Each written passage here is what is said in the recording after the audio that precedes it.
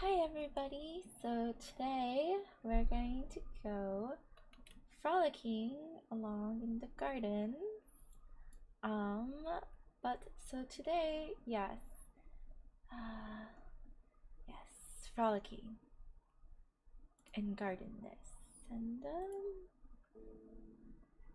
I play my playlist. Oh, I just realized I have to change. Oh no, it's good. Alright, so, yes.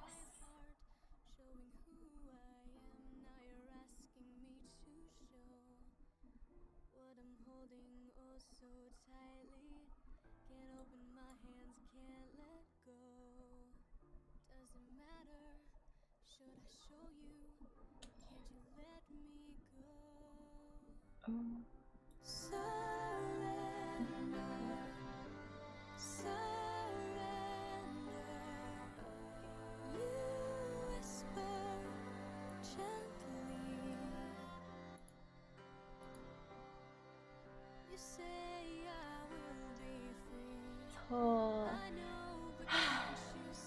yes, so what are we doing in this garden? Well, we're going to read. Yes, because in gardens, you know what? Reading is good. It's a good thing to do. So, yes, we're gonna read in this garden. And make sure you have snacks, because when you're in a garden, you want to have snacks. Yeah, so please join us for snacks, and thank you for following Kai Fire. Yay! Hi, Just Tangerines. Welcome. Yay! What's up? Well, we're in a garden, as you can tell, and in this garden, we're going to what are we doing in this garden? We're going to be reading, and this book is called Positively Resilient, and we're going to do these exercises together so we can, you know what, we'll ease everyone's anxious minds about this time, and yeah, we'll just all be good. Yeah, so that is the plan. Reading stream. Hi Lucian, hello, hi, how are you? It's like sort of a reading stream, but also a stream where you're going to be helping yourself. So it's a therapy reading stream, sort of. It's a self-help stream today, where we're going to try to help everyone in our space, so and you can see more of the flowers. Yay! But yes, that's the stream we're gonna do. Very intellectual. Well, I'm glad that you think it's intellectual.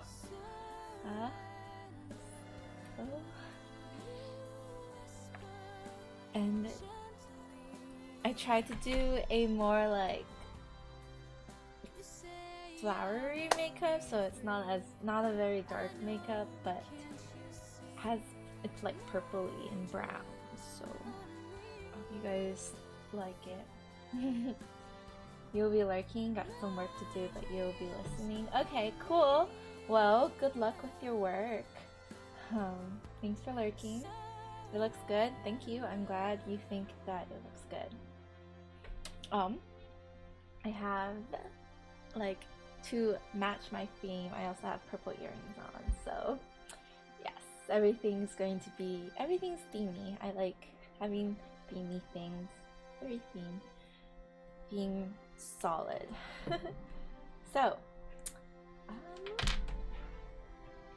yeah. Guys, we are, like I said, we're going to be using this as like sort of like self-help sort of stream.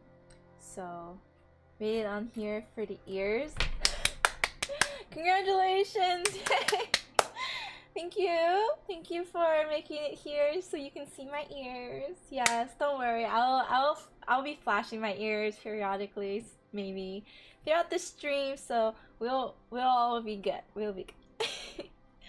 But yes, if you guys did not get the memo, what we're doing today is we're going to be we're going to crap, what were we doing? Oh yes, we are going to do self-help together so we can all be okay. Yes, that is our goal for this stream. Whether or not we achieve that goal, you know what? That's up to you guys. Yeah. So, yeah. So, we are going to do the chapter on using goals to build optimism. Wow. Yes. Another way to build self-efficacy and create more optimistic thinking is through the use of goals. Some of the best research on goals comes from Edwin Locke and Gary Lappman, co-authors of A Theory of Goal Setting in Track Performance. Hello, hi! From Germany, guten Tag, hello. Hey, did you write that How to Tidy Your Room book? No, I didn't. I didn't write that book, but I did read the manga version of it. But hi, Duncan, and hi, X26, by the way. It's wonderful that you guys could join us. Yeah. So what we're doing is we're doing self-help together, and hopefully this will help you guys through during this apocalyptic sort of time. How am I? I'm alright. Yeah. Hello, hi, Captain Slippy Fist. Ooh, thank you for the follow, Duncan. It's very sweet. Hello, Captain Slippy Fist. And I'm glad that you think I look gorgeous. And yes, it is a chilly evening in PA. So yes, like I said, guys, we are going to be reading self-help, and we're going to do self-help together, and we're all going to feel better together. Slappy face. Wow, yeah. Your name can be interpreted in many different ways. But yes, the authors contended that years of research in corporate settings show that setting goals and, of course, hard work are likely to improve performance. As mentioned previously, we are trying optimism to the concept of self-efficacy. As we make progress towards our goals, we increase our self-efficacy and motivation, which can create an upward spiral. Hey Final Ninja, hi! Good of you to join me here today in our garden frolicking stream. So, yay! Thank you for doing this. Oh, well, thank you for joining me in this. You're having a weird bad day. Honestly, I think right now a lot of people are feeling really anxious and just having weird vibes and days lately. Yeah, but we're not going to mention the root cause. What is this optimism I speak of? This optimism I speak of, we are going to figure that out together. Yes, and it's all different for all different people, I believe. So yes, and also Natural Blonde, like Goku, hello, hi. Hey Q Havoc, hey, hope you're doing well. Like I said, guys, we are reading to build, well, at least help our anxiety for today. If you guys have anxiety today, or just, you know, join us in reading. It's good to learn. As we make progress towards our goals, we increase our self-efficacy and motivation, which can create an upward spiral. I'm gonna up this volume a little bit so I can hear the music too.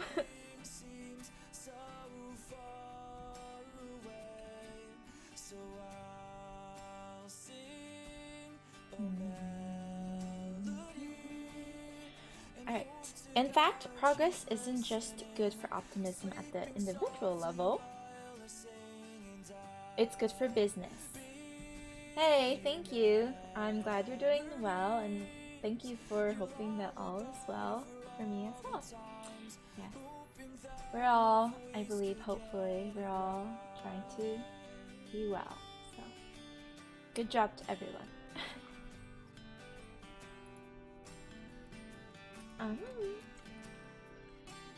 In The Progress Principle, Teresa Amabile and Steve Kramer argue that their data shows that even small progress in meaningful work is the most powerful motivational stimulant.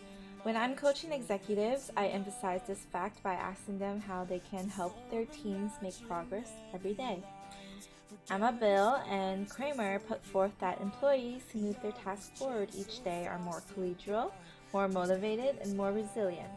In the end, if employees feel that the work they are doing is contributing to something larger than themselves and they are making progress, they experience a sense of pride while being able to meet their expectations or goals. When people feel capable, they see difficult problems as positive challenges and opportunities to succeed.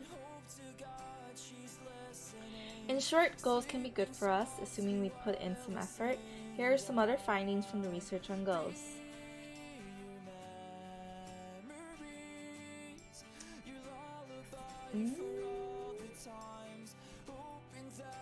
Incorporate them into your life to help build your optimism muscle.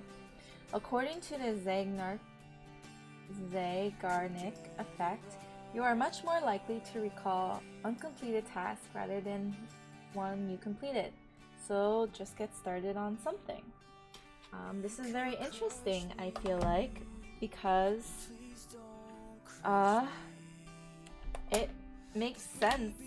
Like, you know how you have a task at hand and once you complete it, it's out of your mind. But like, when you don't complete it, it's just on your mind so much. You're like, oh, I gotta do this task. And your mind just automatically like makes you remember like the task you didn't finish.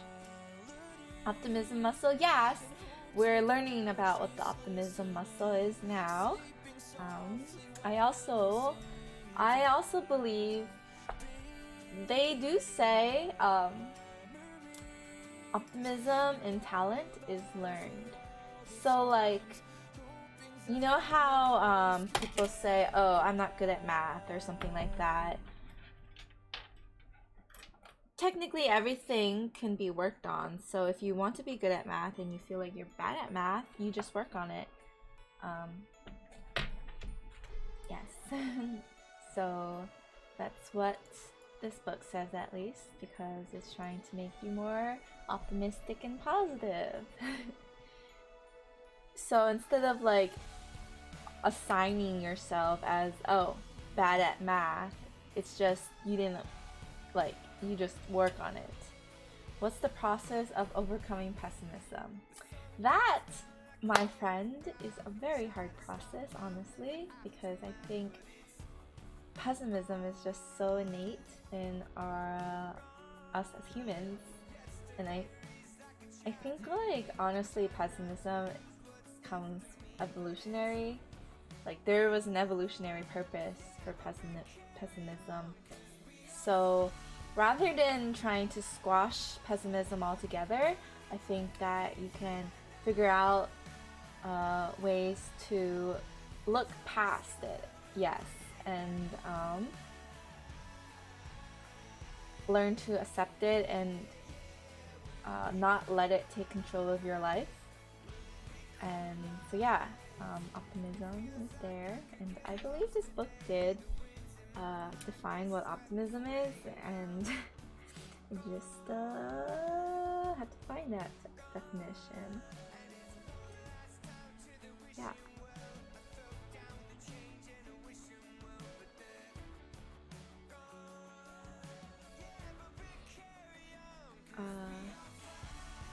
Being positive feels so fake to you?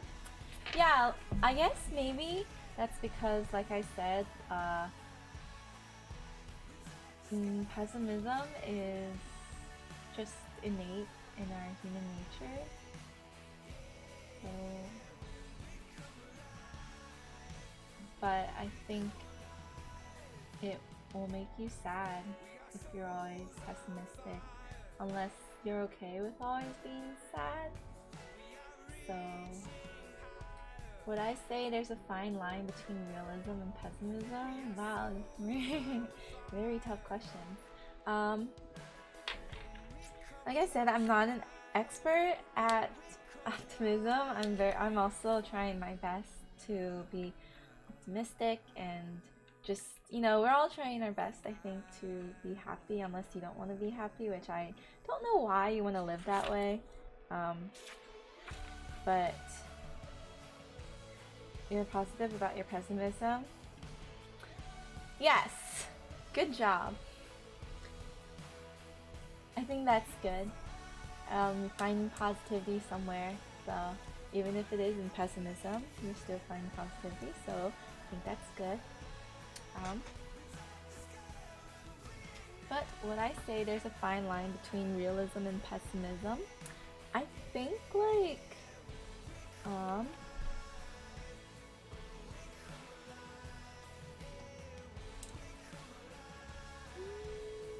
yeah, I think something like, I think yes, there is.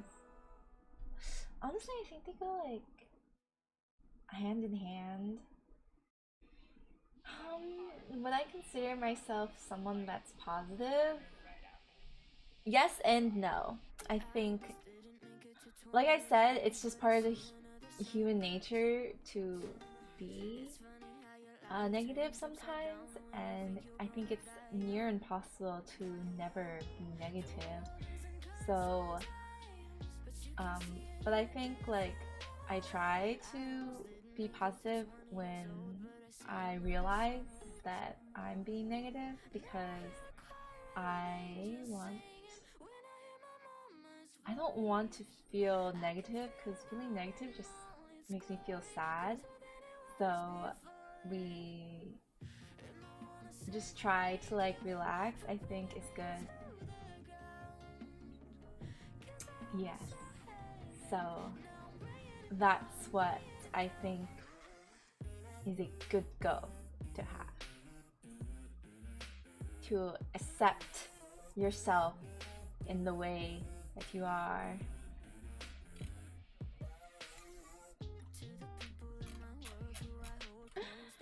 Well, I agree with you. Why can't we be a coconut? But honestly, I think that if you want to be a coconut, you can be a coconut.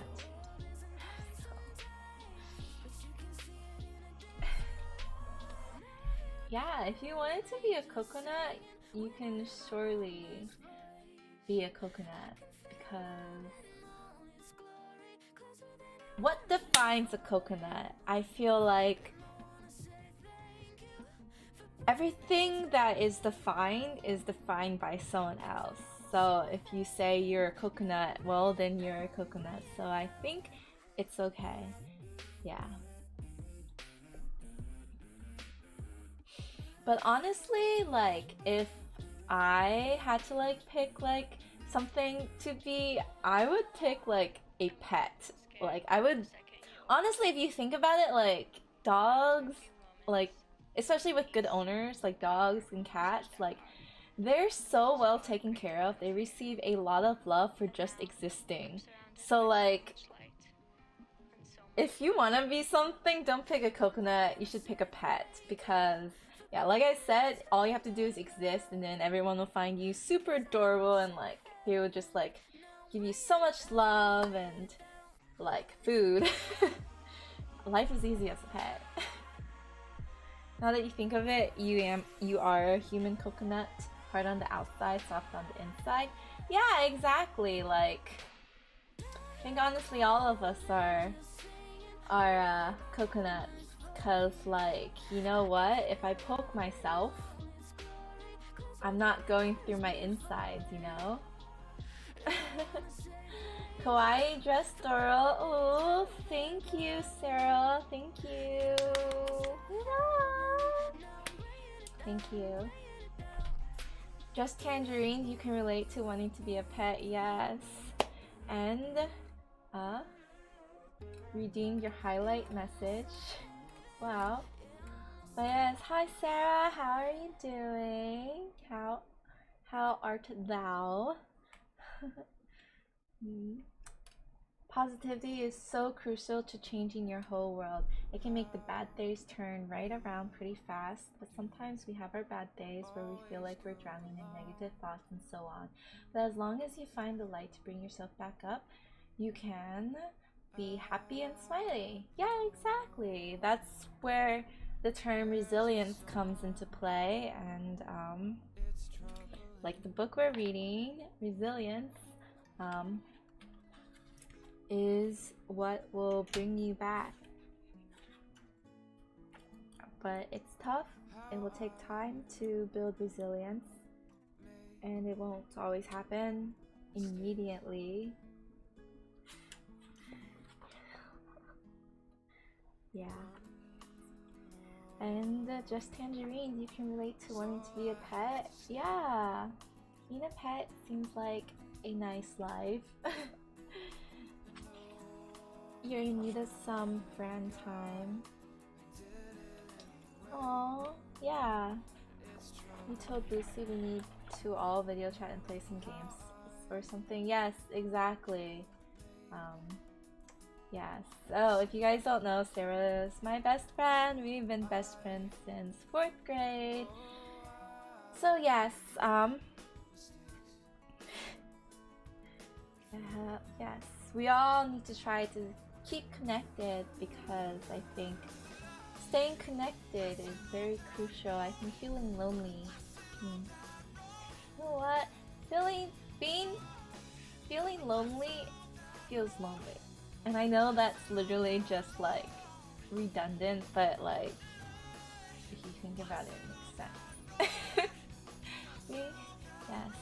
You video chat and play games with friends almost every day. Oh, that's good. I'm glad. You gotta keep up your socialness, and get some sunlight too. I think sunlight is good.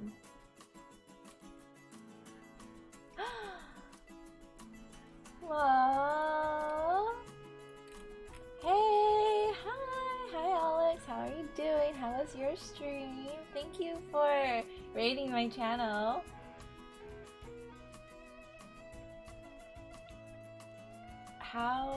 What did you stream?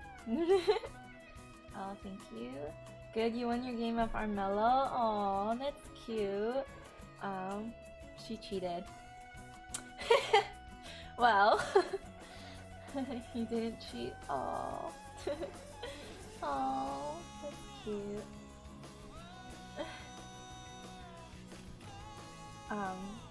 Yeah, we're not really playing a game.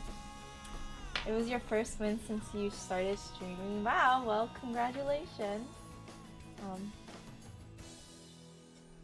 Just chatting and hanging out. Woo! Yes. Congratulations on your first win. We're here talking about dun dun dun positivity. Yay! We're just trying to, lessen the anxiety that I think a lot of people have been feeling lately. So hopefully the stream will be able to talk through some things. I don't know. I'm not a certified therapist, but yeah. So we're gonna try to do that, and I remember there was a time when if one time I was sad, Sarah played the ukulele and sang to me through the phone. So if you guys want me to sing to you, and maybe that will help reduce anxiety, we can try that. Yeah. Serenade you guys? Okay, well I don't have a ukulele and I don't have a luscious voice, a sultry voice as Sarah, but so much anxiety. Oh, I'm so sorry. You need you, Sarah. Yes, actually, everyone seems to tell me that. Everyone tells me they need a Sarah. So yeah.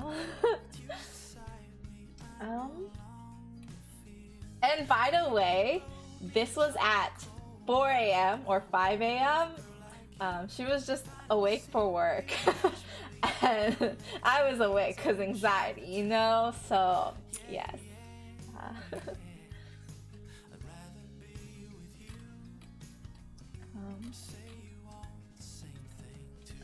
But thanks, Alex, for saying nice. That's really cool.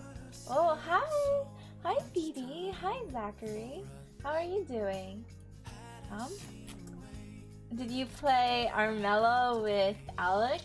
I know that is your, at least it was your favorite game. I don't know if it's still your favorite game, but I know that was your favorite game. So, and Alex just said she streamed Armello, so yes. Dr. Zed, I'm not a real doctor, I'm in. Yeah. Oh, you play by yourself? Oh, okay. But yeah, how are you guys doing? But yes, we are trying to lessen everyone's anxiety right here so far. Did I figure out the kalimba? That's a good question. I tried to play some Studio Ghibli songs on the kalimba, but I didn't fully master the song yet, especially like trying to memorize. Okay, memory is not my strong suit. So trying to memorize the notes and playing it is a little difficult. So yeah, but I think with a lot more practice we can do it. Oh, you're thinking about buying one of those? Yes, they honestly, it gives me the same vibe as a ukulele, a kalimba. Like it's like a cross between a ukulele and a music box. And well, one because it sounds like a music box, and I love the sounds of music box because they're just very precious sounds. Like melodies from music boxes just sound very precious, and it reminds me of a ukulele because it just has that like vibe of ukulele where it's like a cute little instrument, but also like just so feel good. I think so. Yeah, definitely. If you're thinking of getting a kalimba, you should do it. But also, I got mine from Amazon for only like $12. So if you search, you can find a good deal. You got a guitar recently? Haven't had too much time learning yet, but it's been a lot of fun so far. Ooh, guitar. Ooh. Wow. Yes, playing instruments definitely would be very like calming. Like just to absorb yourself into some sort of activity, especially something that has to do with music, because music is just so relaxing in general, and especially if it's classical. I think like I hope you're enjoying learning the piano. Guitar, sorry, wrong instrument. I hope you're enjoying learning the guitar. Playing instruments can be very frustrating too. Oh yes, very, especially if you can't get the note right. But you know what? It's very satisfying once you do, and I think instruments, the learning curve isn't too bad. So if you just practice and try to improve like step by step, then I think like you can make it to the song that you want to play. Definitely, like I know what you mean. I can be very impatient, and I used to play the piano. So yes, being very impatient and also I hate not understanding things that frustrates me. So yeah, so sometimes I would just quit on I couldn't quit completely because I took lessons and I had to finish the song I was practicing, but like I take so many breaks just because I was so frustrated with it.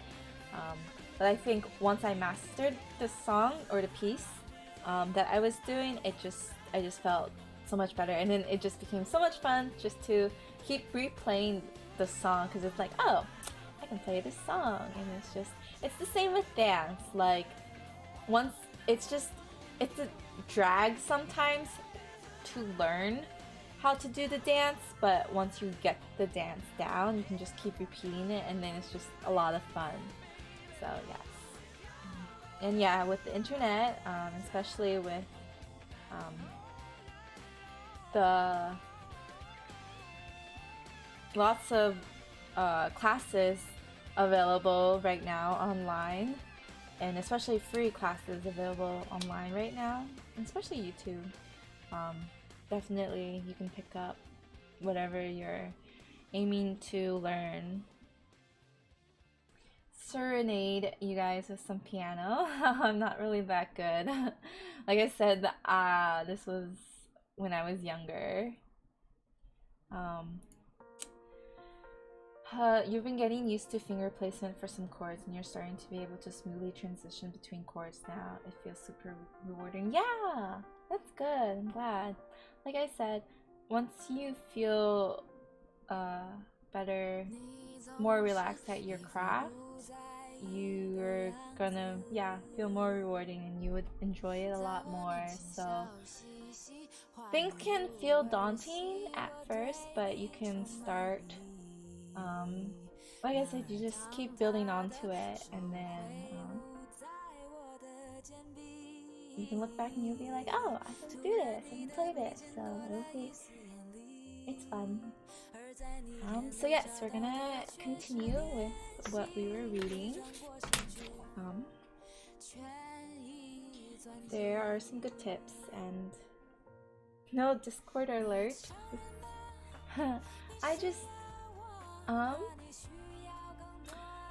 I just figured I want a more personal stream, so we can actually have, you know, personalness stuff.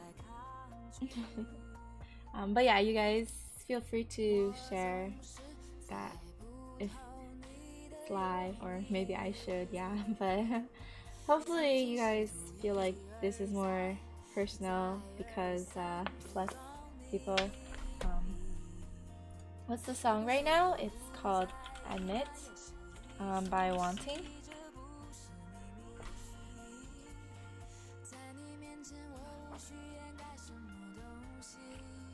Alright, so when visualizing or fantasizing about your goals, focus on the process versus the outcome.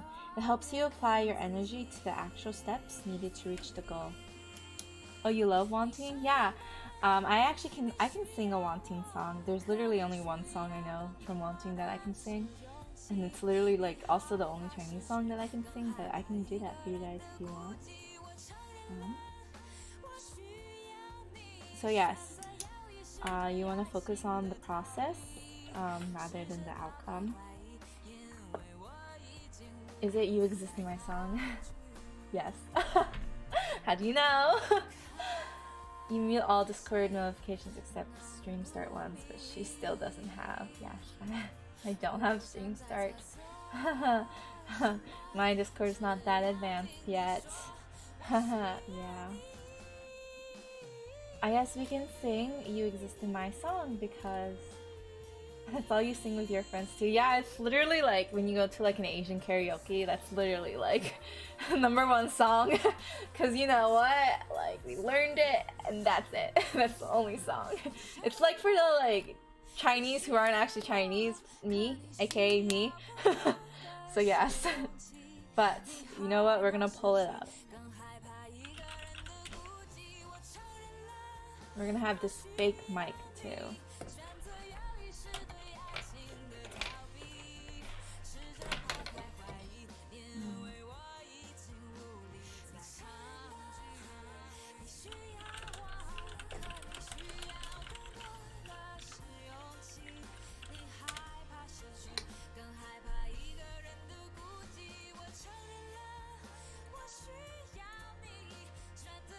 That fake mic needs some Alright, maybe I will look for some lace or ribbon for my fake mic. You should learn the lyrics to Xiao Ping Guo. It's the most important Chinese song of the century. Like, okay, so I know Xiao Ping, 你是我的, wait, I don't know if I'm thinking of the wrong song, but yeah, it's Xiao Ping Guo, yeah. Okay. Yes, apples are... You know what? I'm allergic to apples. But yes, we're going to do You Exist in My Song, guys. So this will be it's 3 minutes. It's a 3-minute song.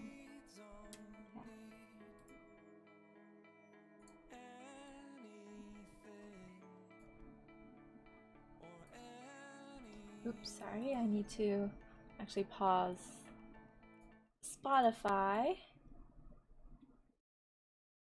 Thank you to Sarah's father for providing me with 3 months of Spotify.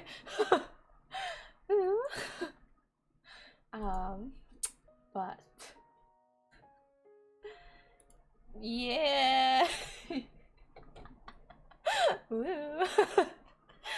Did you ever ask if I can read Chinese? I can read like simple words like 我的 which is mine. 我的名 maybe I can read 名字我的名字是张元怡 which means my name is it's just my Chinese name. 雪梨我爱你我希望你笑笑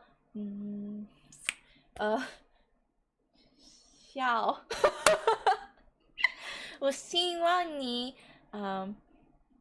happy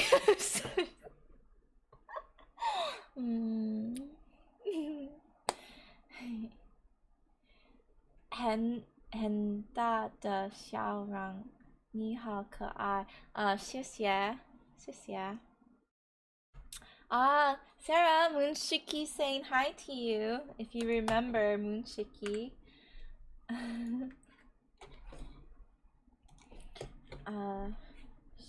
高兴 that's the word. 小雪梨你好我希望你高兴我希望你笑我爱你yes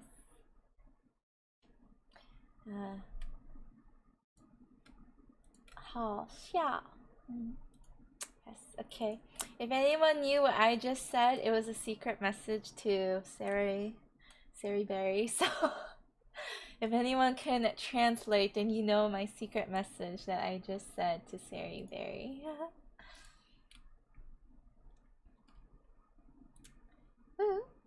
Alright we're going to sing 我的歌声里 and just tangerines because you know this song you can join in with me if you would like to yes was it about you? No it wasn't but Shiki you are a very cool person so I hope I can hear it. I might need to up this volume then.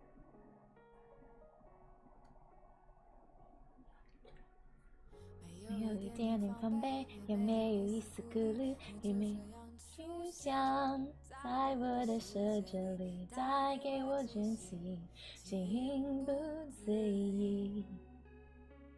可是你偏要这样，在我不追就悄悄地消失。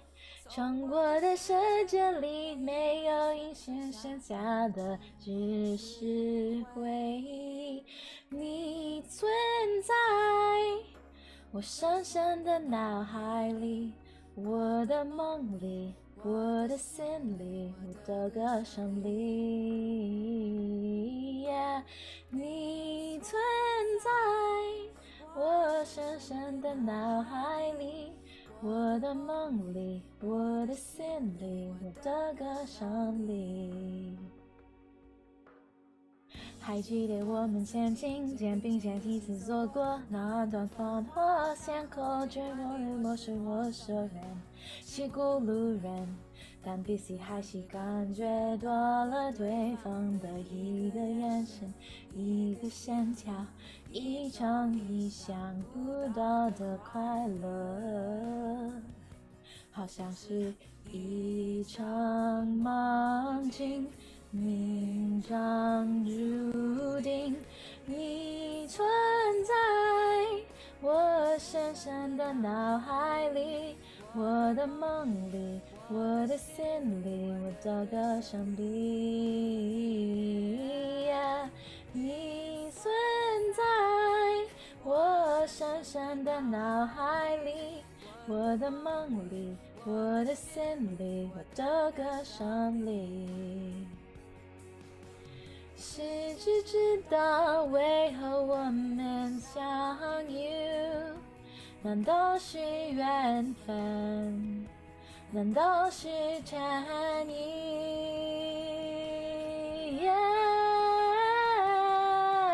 你存在我深深的脑海里，我的梦里，我的心里，我的歌声里。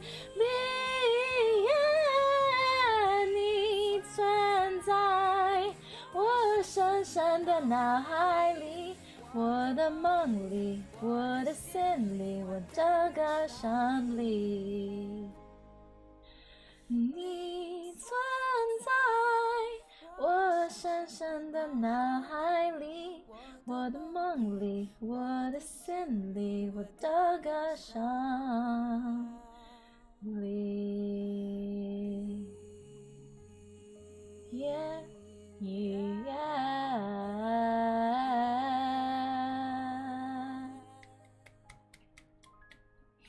Thank you for listening. Yay.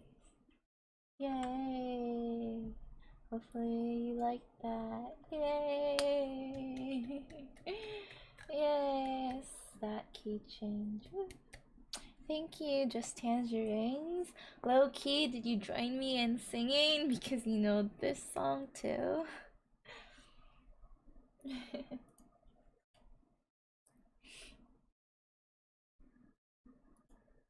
You actually did? Yay! Woo! Oh, you did too? Really, Sarah? Woo! Yay! You're so bad at singing. Oh, don't put yourself down like that. I think actually in this book it talks about comparison. So let's find it because I underlined it. Is it over? Yes, it is. But the other element that maximizing seems to bring out in people is social comparison. The theory is that those who constantly compare themselves to those around them are never satisfied. When we determine our social worth and self-worth through comparison, we set ourselves up for failure. On a planet of more than 7 billion people, there is almost always going to be someone more athletic, smarter, and better looking than you. Those who engage in too much social comparison will feel bad about themselves when they can't afford the nice car that their neighbor just bought, or they won't really be able to enjoy the beach house of their friend because they want one of their own. Social comparison is not just for maximizers, but they are more likely to look for proof of their self-worth in others. Maximizing a decision can take time away from areas of our lives that bring us more value, such as family, exercise, friends, and even our careers. But it is the mental burden of constantly trying to make the perfect choice that really comes into play. So, yes.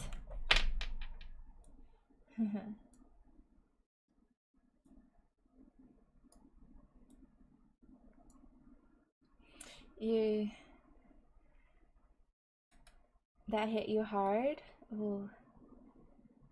Hopefully in a good way. Yes, it does. It's very hard to not compare yourself.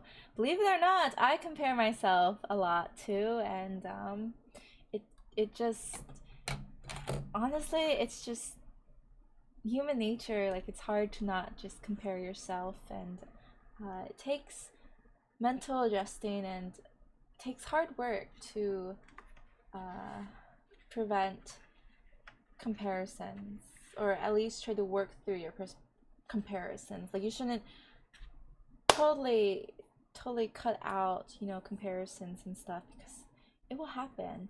But as long as you feel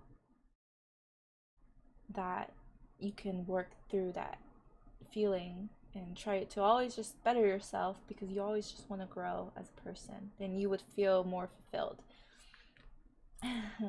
And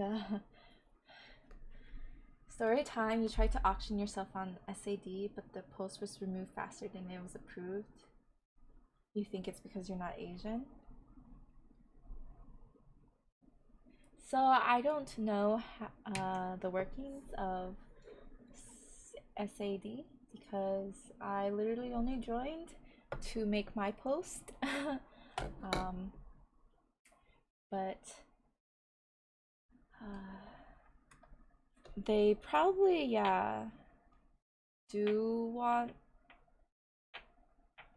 because it is a Asian Facebook group, it's probably the reason there. So, inspiring words from Doro. Thanks. Oh, you're welcome. I'm glad that you could feel inspired. Always inspiring words from the Doro. Thank you. Thank you. Thank you.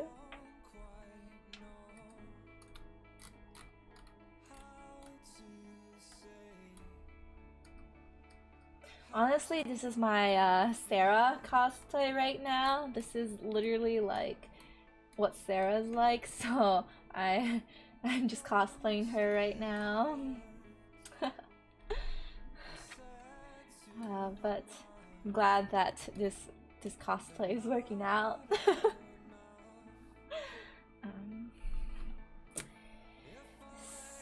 So this is my playlist that I actually have been building for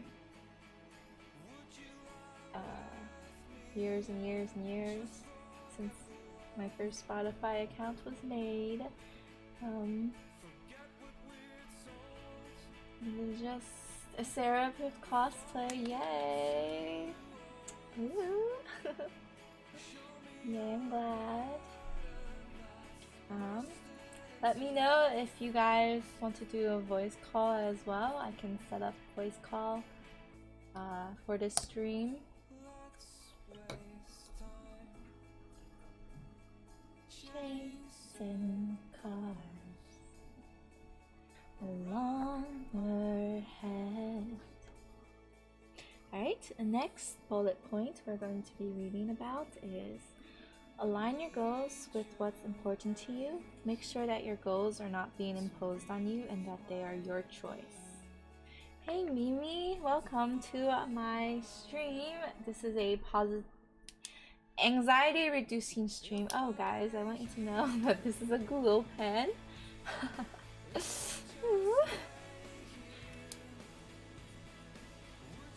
Make sure that your goals are not being imposed on you and that they are your choice. Yes, having your own goals and making sure that they're your own goals that you chose with your own choice is very important, because then you're working for yourself, or you're living for yourself and you're trying for yourself. It's very important. I think it's very important to be selfish. So do what you want and say what you want.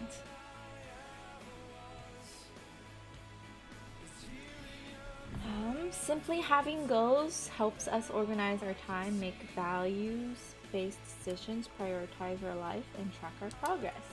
I think for me, the biggest thing that I want goals for is to be able to track my progress. I think it's very easy to not feel like nothing's moving,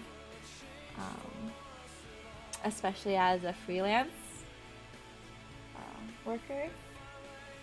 You can't, I feel like sometimes you just can't physically see or feel growth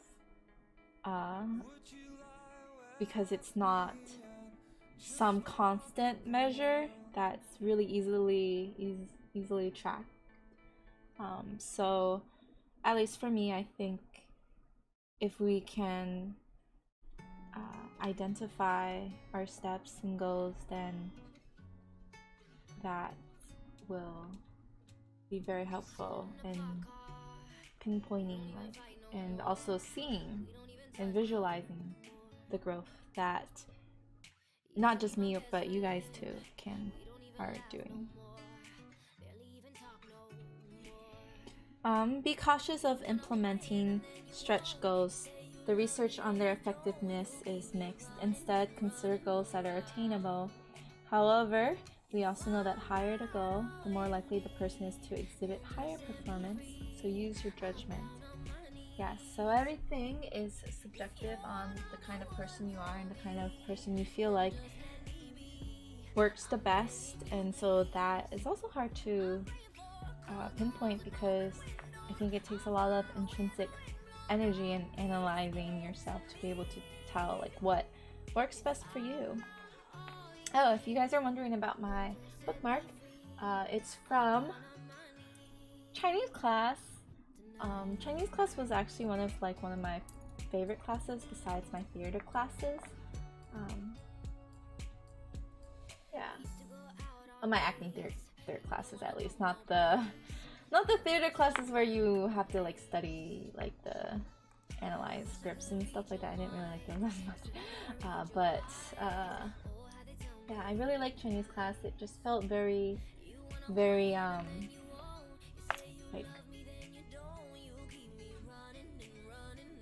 close knit. Like Chinese classes were very close knit and just fun. Joked around a lot. I took the acting. Yeah, I did part of my theater minor. Hi Dizzy Maggie, by the way. Hello, welcome to my stream. I don't know if you could tell, but we're doing more like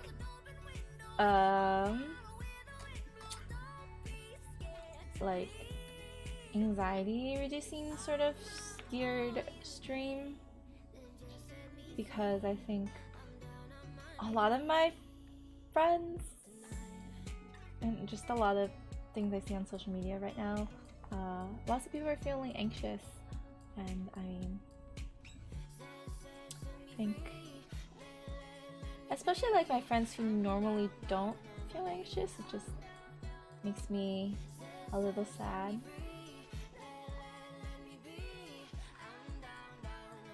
You should show us your acting skills. POVs and roleplays are pretty popular. I did do a role-playing stream before. If you go to my VOD, you can find a blind date role-playing stream. Yeah. Hello, actual Seth. Welcome to my stream. Welcome to our garden. This is, if you guys didn't know, this is a dress. I thought it was super cute for going outside. But we're doing it here because this is our garden right now. We're frolicking in our seats.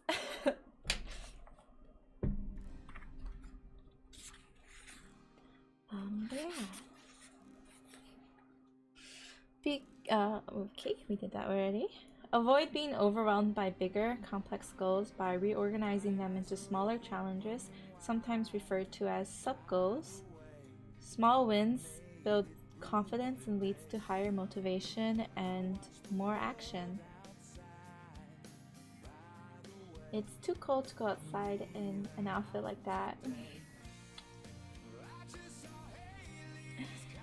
Yes, but looking whatever, you know what, weather doesn't stop people from wearing like super dressy dresses still. Trust me, I saw it before.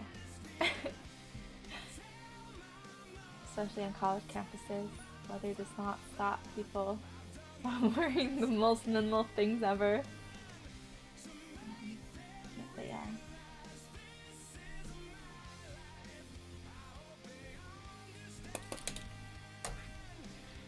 Find ways to measure your progress. Constant feedback is essential to success. Sub-goals can really help with this too. Gotta go clubbing. Introduce some negative thinking into your goal planning. Simply asking what could go wrong prepares you for the effort and problem solving required for just about any issue that might arise. You're finally here! Yay! Hi Vietsomnia! Hi! Welcome to my stream. Finally, you can have a wonderful large hello as I know you've been trying to make it. So, yay, you made it! Yay! Welcome! Today we're doing a different style stream. Well, actually, most of my streams have been different styles, but this one is on anxiety reducing. Well, we're trying, so hopefully you like it. And thank you for coming and tuning in.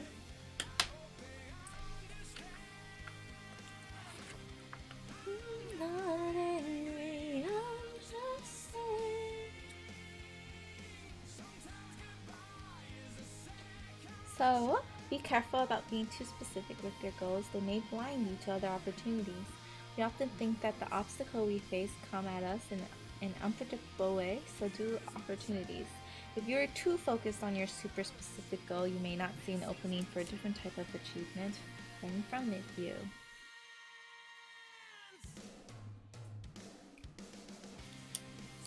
So the anxiety is lifted just hanging out. Yay! That's good. I think socialness helps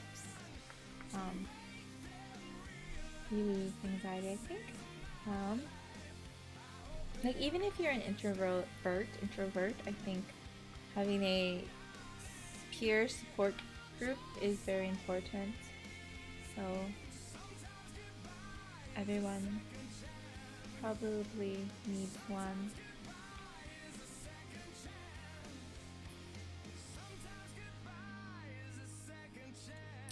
Whenever I think about how to develop someone's optimism, I think about how this is related to self-efficacy.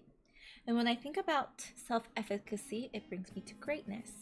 I am fascinated by how a select few on this planet can be so much better than the rest of us at math, football, guitar, or jiu-jitsu. What is it that makes someone great while others are left in their dust? Daniel Coyle may have isolated a number of key findings that distinguish greatness from the ordinary in his excellent book, The Talent Code. Coyle writes that the recipe for success in just about any domain lies in 3 simple elements. His research first points to deep practice. If you want to get better at something, break it into smaller pieces and immerse yourself in repeating these steps. Anybody can buy a guitar, but the best stay motivated to continue their deep practice, which happens to be the second element in Coyle's motto. Many of the best start with a hero that they greatly admire. This external motivation quickly turns inward and they start saying, I am a musician, artist, athlete. It turns into a future vision of themselves in which superior performance is achieved. Finally, the third element involves someone else, a master coach. The master coach focuses on the deep practice as well as motivation. They see each of their students as individuals and treat them as such. They give their all in the pursuit of excellence. I think another thing that helps with anxiety is just listening to some like feel-good music.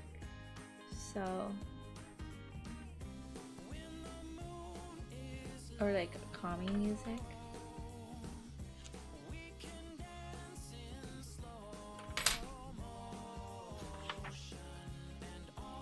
Achieving greatness is not necessarily a guarantee of having a high level of realistic optimism or vice versa, but there are some other things to consider from this research that can help build hope and optimism for even the most pessimistic of people.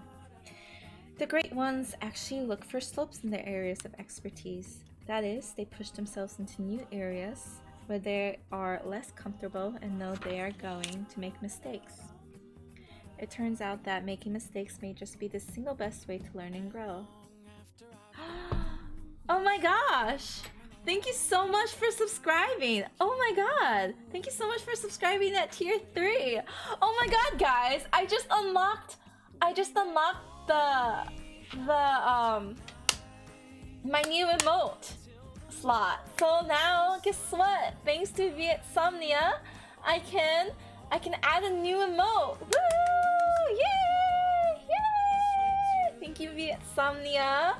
Woo! Yay! Woo! Yes. Thank you, Sarah and Alex, for the cheers. And Captain Slippy Fist for the cheer as well. Thank you guys for the cheers, guys. Woo!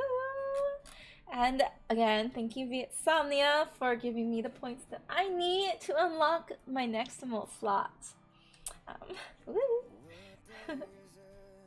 And yes, upbeat music really does help the mind. I feel like if I'm stressed out with something, I will put up music. So, especially if I want to like block something out, gotta put up music. Aw, yay, hearts from everybody. Yay. Lots of hearts.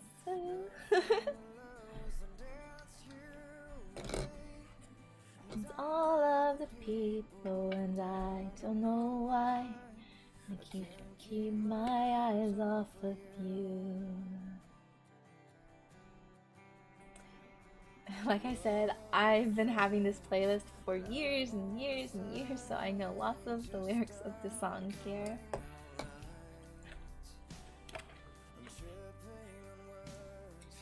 Got my head spinning and I don't know what to do. 'Cause it's you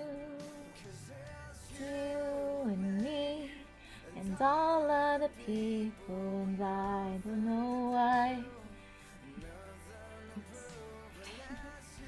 Yes. Oopsies.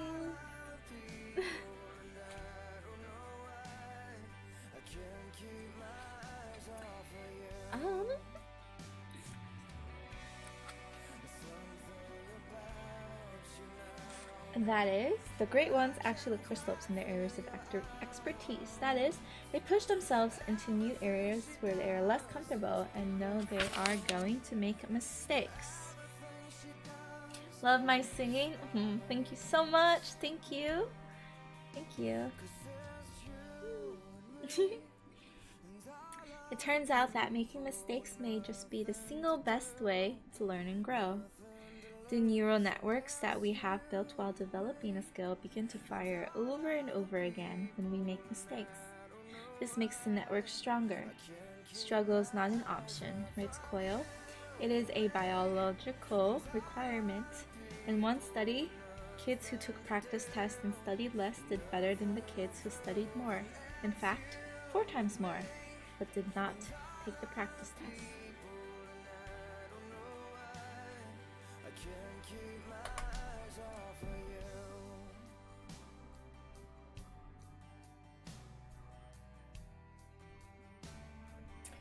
So, I guess if you guys want to learn and grow, you should embrace your mistakes.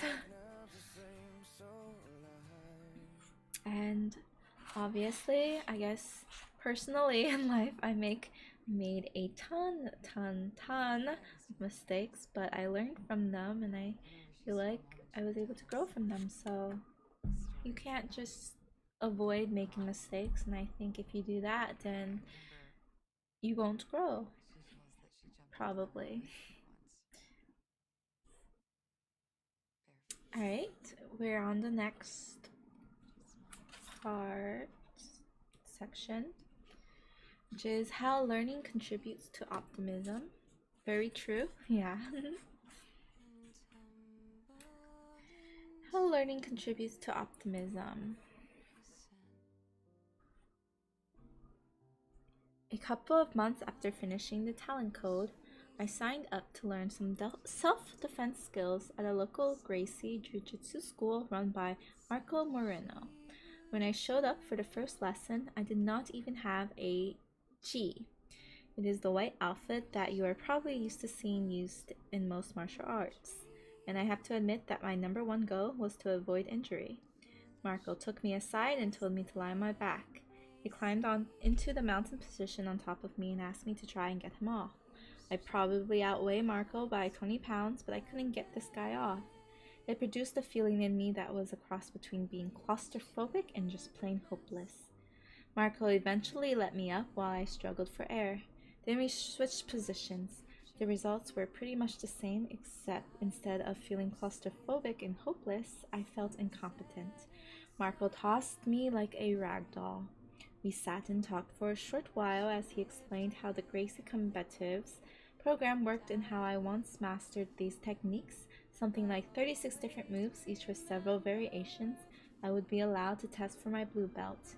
My confidence was not very high at this point, but Marco assured me if I just showed up and gave it my best effort, I would see results pretty quickly.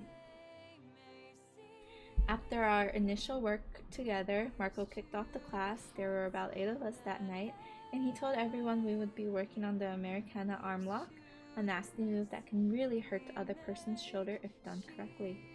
Marco then demonstrated the move with his partner, the fake bad guy, step by step. The attention to detail was amazing.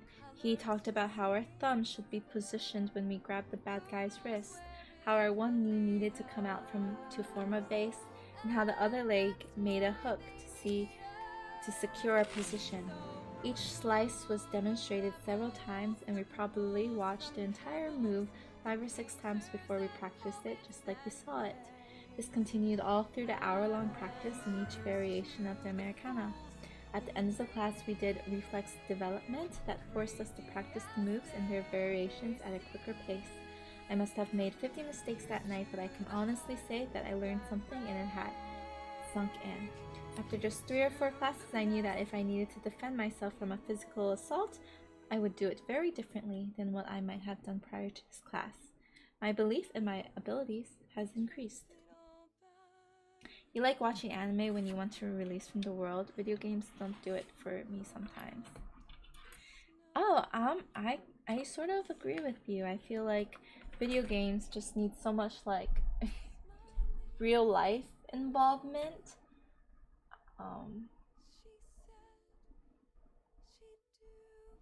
And by the way, I'm probably like a huge releaser of the world, as in literally sporadically throughout the day I would just sit and go blank, as in like I'm like not here. So but I agree with you. I don't think video games are as good as, you know, like watching anime or a show that literally sucks you in. Yeah, exactly. You're here physically but not mentally. And hi, Yoda Sir, I am. Hello, hi. Hey, Yoda Sir, I am. How are you?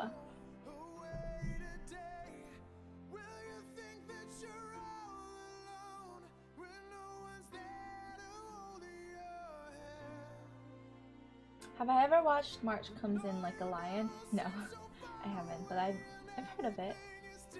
No, the main character is this guy with dark hair. Like slice of lifey, I guess. Yeah. I haven't actually seen it though. But yeah, hi, Yoda Sir, I am. How are you?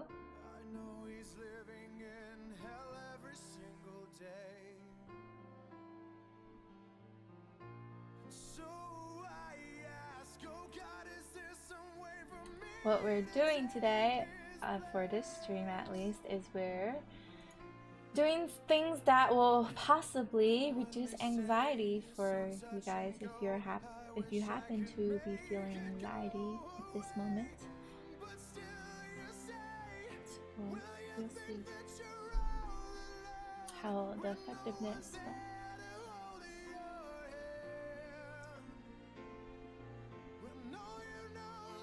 Sometimes when I feel anxious, I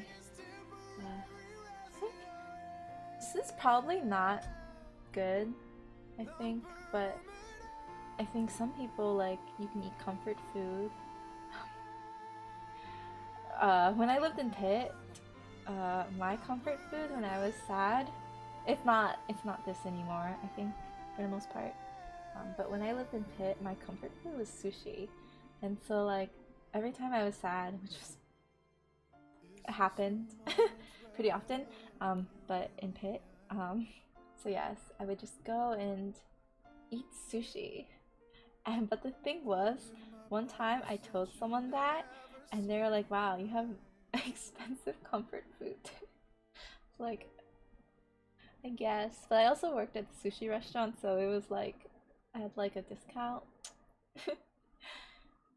Yes, sushi is amazing. You're bored?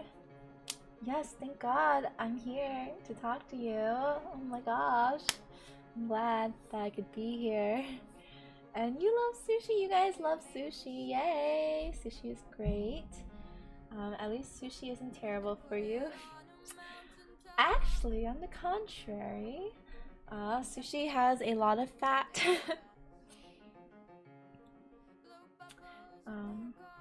But yeah, not completely terrible for you. How am I? I'm okay. Just here, stream with you guys. If you guys also let me know if you want to do a voice call. I can set up voice call for this Discord, for this stream.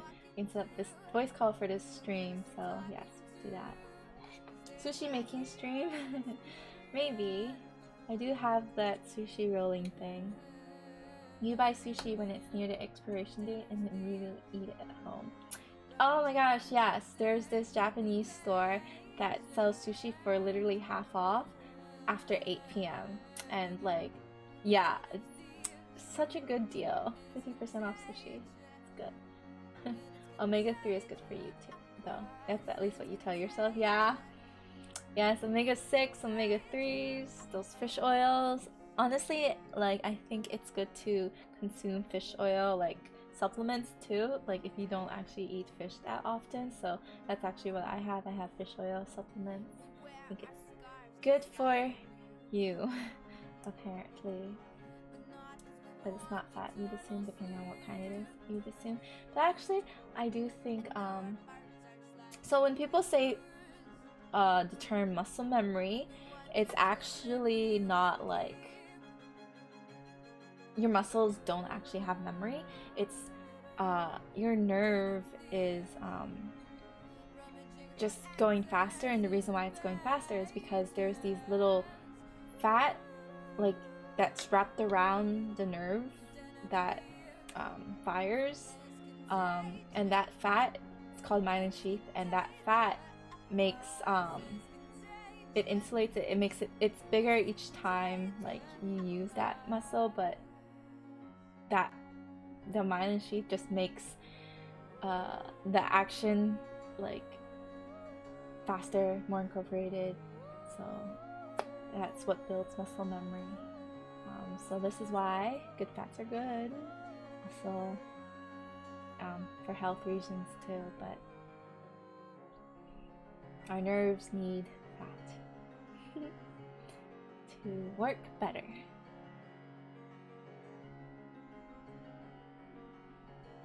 You never had sushi? You never even had like sushi? Really? Do they not have sushi in like Finland?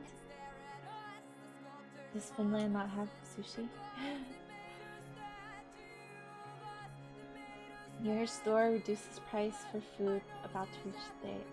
Well, that's clever for your store. I think a lot of stores do that actually, which is clever for the stores and also good for us who want to save on the monies. Yeah.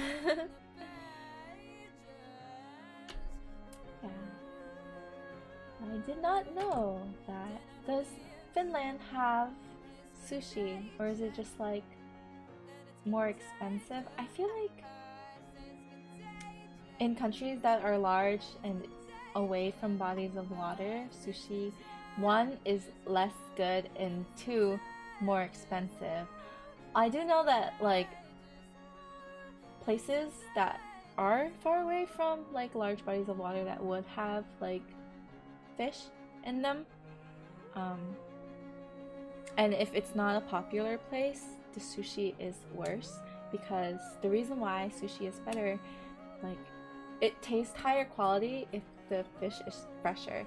So if the sushi restaurant is more popular, then like that means that they're rotating the fish out a lot, and so then it will taste better. So that's why sushi tastes better. It's not necessarily like the price. Like I've had, like, I think one of my favorite sushi places is actually in Pittsburgh, but it's literally super cheap sushi. But the reason why I like it a lot is because it just tastes really fresh, and one of the reasons why it tastes really fresh is because the fish gets rotated a lot, because it's in the middle of campus, so lots of people buy their sushi, and so yeah, they can rotate out the sushi, and so it's fresher.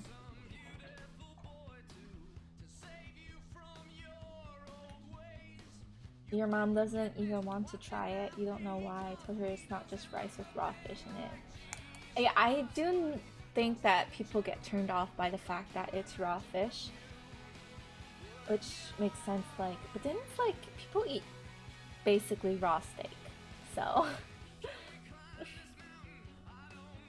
you never had it for some reason. Yeah, honestly, like, there are a lot of foods I've never had for some reason too. I mean, I try to try a lot of things because, you know what, to expand your universe, you gotta try a lot of things. So yeah, time to try it out. And hello, Wriggle Moore. Thank you for saying that I look really cute. How am I doing today?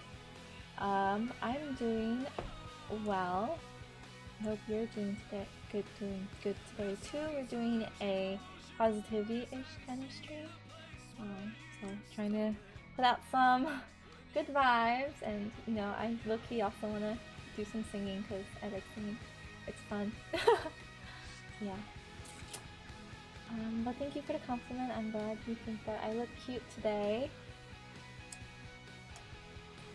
Fresh sushi is something you would die for. Yeah, fresh sushi is good. I don't think I would die for it, but it is good. I should try Turkish doner. The meat gets rotated a lot. Basically, it rotates all day until it's cut off. I might have already had doner. I'm not sure. I like to try out a lot of different foods. Like, I went to multiple like different, like, even like African, like or like there was this there used to be a restaurant that it's not there anymore, but there used to be a restaurant. It was called Conflict Kitchen, and basically the premise of that restaurant was every like season they would have a different set of menu options, but all of the menu options were from countries that the United States was having conflict with. So it would be like Iran or Iraq or Native Americans. So they had Native American food before, and it's just really cool to try all the different foods, and then also it like raises, you know, awareness. Like, I didn't know we were in a conflict with Native Americans recently, but yeah. Pun about the rotating thing. I see. That could just be food from anywhere on a given day. You gotta go now to eat your sweet potato. Enjoy your stream. See you later. Oh, sweet potatoes are good. I hope you enjoy your sweet potato. My favorite sweet potato, it's not sweet potato. My favorite potato is the purple Japanese yam. I love those so much. I would literally just eat them like in a bowl. Just have bowl sweet potato inside fork. That's how I would eat my purple sweet potatoes. Japanese sweet potatoes. They're really good. So If you like sweet potatoes, you should try it. But yeah, I hope you enjoy whatever sweet potato you have. Like the outside of it is like purple, and then the inside is like white-ish, like cream colored. Like that one. It's really good. The tangerine is going to go eat the potato. Wow. This is like cannibalism, right? Tangerines eating potatoes. No, vegetables and fruits are in different categories. They're in different families, so it's not cannibalism. Taro? No, it's not. I'm not talking about taro. I'm talking about the Japanese yams. Hey Aiden, hi, konnichiwa. Hajimemashite. I don't know. Yes.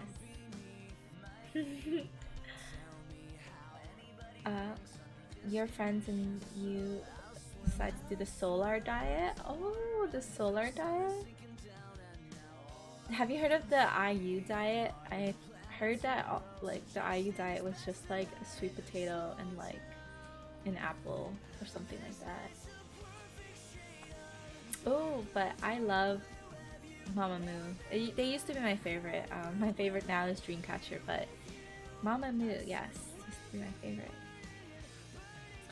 You're all potatoes. Woo. Actually, fun fact, I did a few different Mamamoo dances and singing. Dances and singing. Mamamoo. We're all potatoes though, yes. But if you guys could be any kind of potato, what potato would you be? I think there's different kinds of potatoes you can choose to be.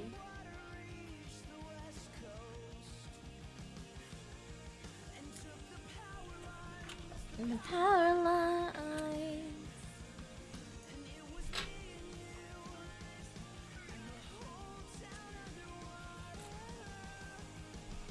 Sweet taters, they are delicious if just made right. Yeah, I think so. Those sound good. Sweet taters.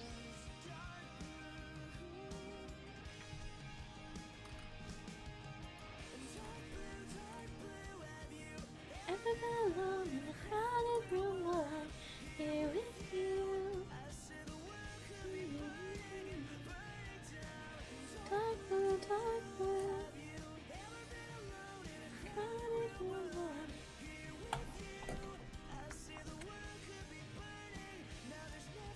but dark blue.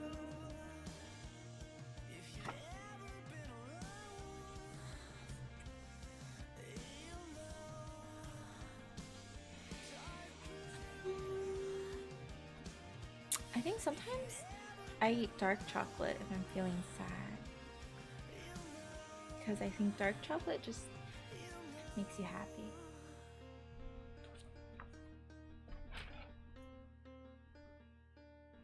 You'll be a Japanese sweet potato? Yes, those are the best. As I shared a few minutes ago, Japanese sweet potatoes are the best. So, good choice on the sort of potato you would be. You know what, I'm gonna sing because I'm bored. I'm not bored, I don't know why I said that.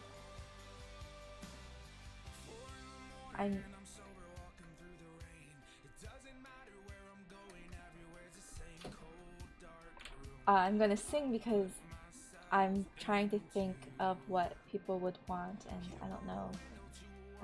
Maybe this would be something that would be good to do. Yeah, karaoke time! Woohoo! Also, I'm very, very sorry, Vietsomnia, for not responding yet to Instagram messages. It's just I have a lot to get through, so but I am really trying to respond to everybody when I can. So thank you for your patience. It's okay, I'm only human. Thank you.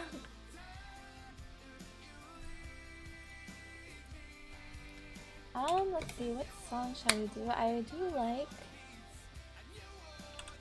Chasing Cars. Let's do that. I think that's think that's a good song to do karaoke to.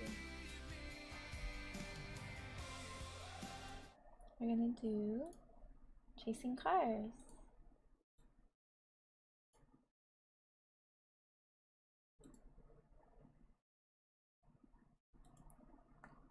If you guys know that song, you can join along.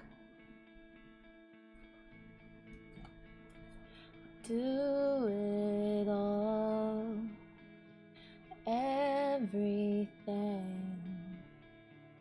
and on our own. We don't need anything or anyone.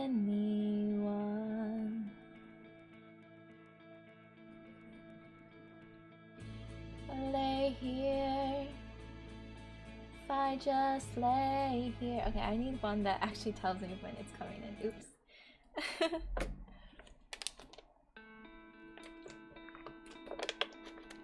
Nostalgia. Yeah, I love these kind of songs. I love soft songs like these.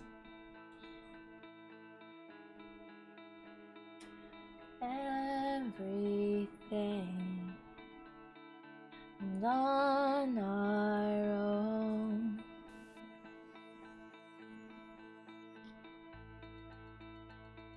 We don't need anything or anyone. If I lay here, if I just lay here, would you lie with me and just forget the world?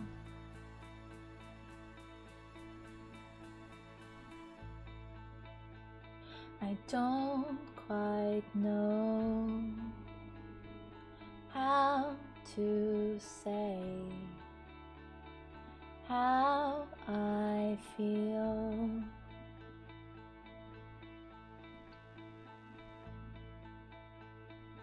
Those 3 words are said too much. They're not enough.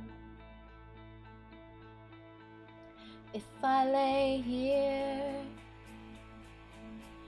if I just lay here, would you lie with me and just forget the world?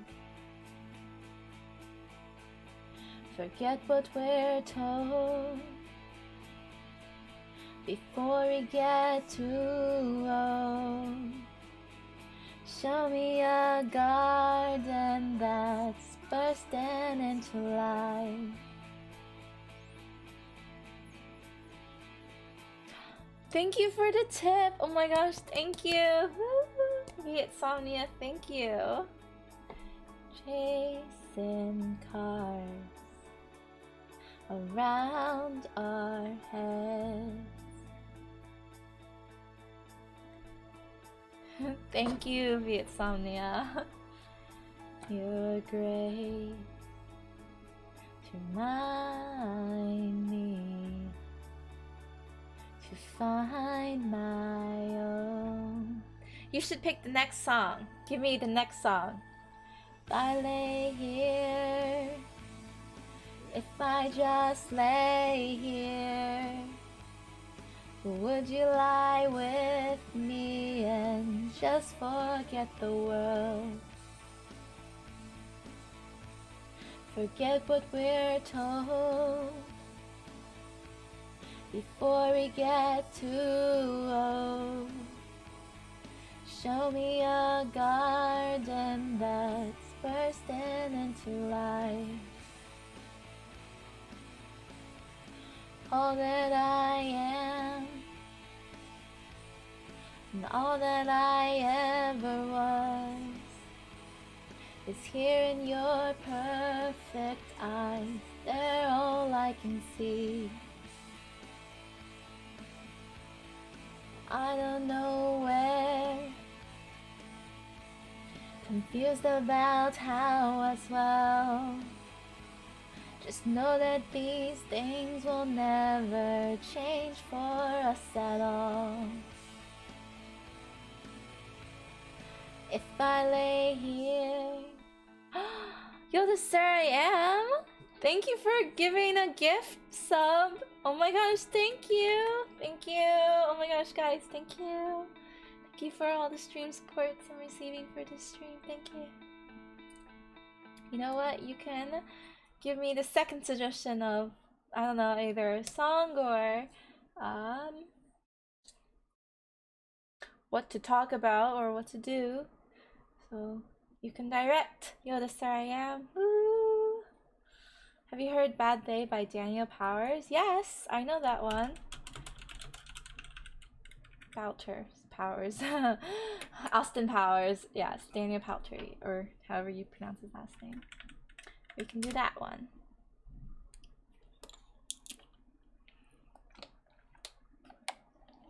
Oh, yay. What positive songs we're doing. Woo!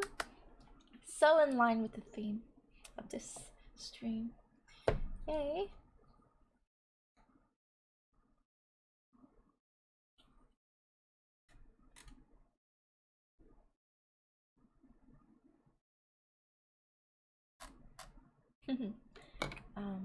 I just have to listen to it really quickly to remember the key.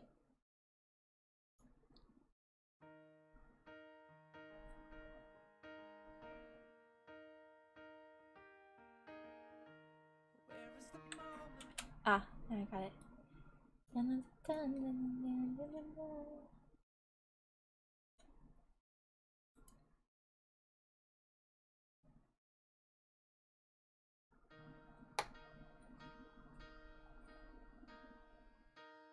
Well, thank you very much for doing a good job, Vietsomnia.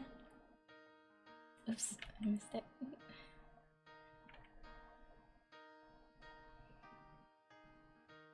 Where's the moment we needed the most? You kick up the leaves and the magic is lost. You tell me your blue skies fade to gray. You tell me your passion's gone away. I don't need no care. Hold up. I don't remember the tune. We're gonna do it with the background, sorry. You should do Too Close, Alex Clara, Your Touch. I don't know those songs, actually.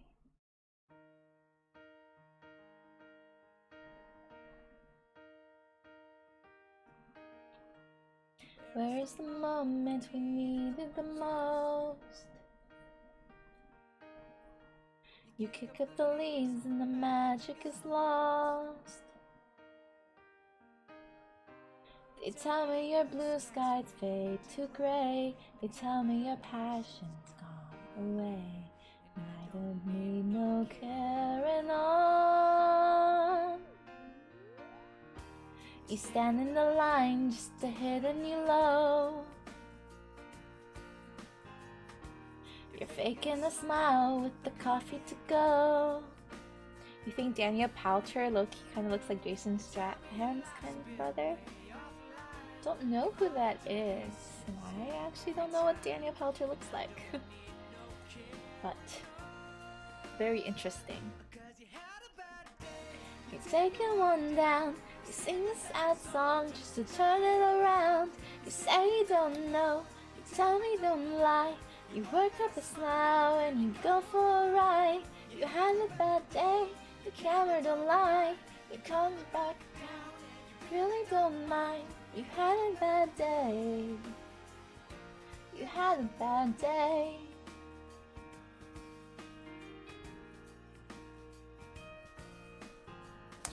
Dun, dun, dun, dun.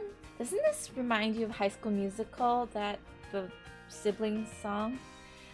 In a blue sky holiday. The point is they laugh at what you say. And I don't need no carrying on. You had a bad day, you're taking one down. You sing a sad song just to turn it around. You say you don't know, you tell me don't lie. You work at a smile and you go for a ride. You had a bad day, the camera don't lie. You come back down and you really don't mind. You had a bad day.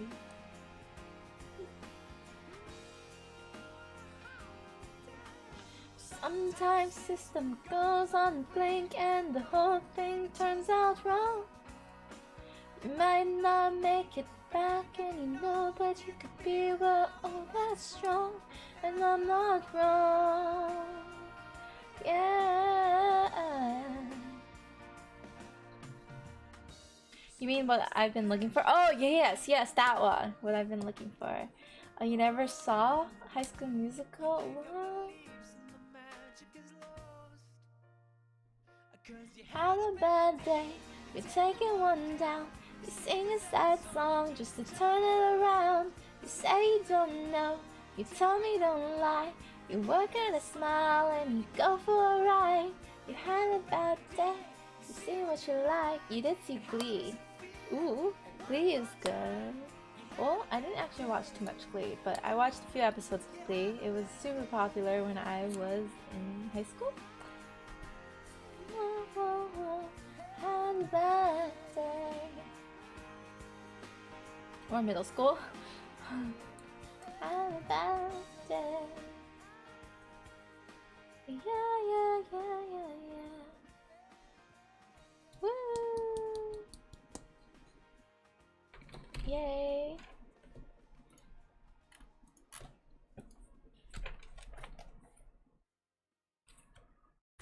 Alright, and maybe we should go back to reading. So we're gonna go back to the next portion of this book to increase our positivity and resilience. In 1971, Clint Eastwood appeared in his first Dirty Harry movie. He played Detective Dirty Harry Callahan of the San Francisco Police Department, chasing a psychopathic serial killer. At one point in the movie, Callahan witnesses a bank robbery from a diner across the street. He kills 2 of 3 robbers and wounds the third. The third ends up on the ground, eyeing a loaded shotgun just a few feet away. Callahan stands over him and taunts him with, "I know what you're thinking. Did he fire 6 shots or only 5? Well, to tell you the truth, in all this excitement, I've kind of lost track myself. But being this is a .44 Magnum, the most powerful handgun in the world, and would blow your head clean off, you've got to ask yourself one question. Do I feel lucky? Well, do you, punk? Now, think about your life for a moment. Do you feel lucky?" Richard Wiseman, PhD, a psychologist at the University of Hertfordshire in the United Kingdom, set up a lucky lab with 700 participants who had intended to buy lottery tickets. Each participant completed a questionnaire with a series of statements that measure whether the person considered themselves to be lucky or unlucky.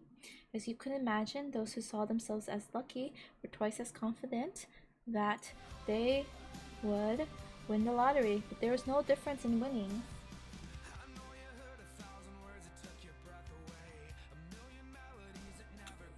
But there were no difference in winnings between the two groups. It turns out that luck had no bearing on their ability to influence outside events out of their control. So why did some people feel lucky while others did not? Wiseman discovered that the lucky ones viewed the world in a more optimistic way and then behaved in a way that was very different from the unlucky peers.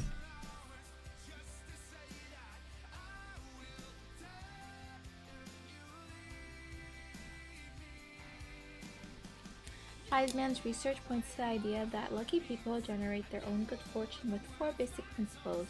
They are skilled at creating and noticing chance opportunities. They make lucky decisions by listening to their intuition. They create self-fulfilling prophecies via positive expectations, and they adopt a resilient attitude that transforms bad luck into good. So, what do you guys think about that?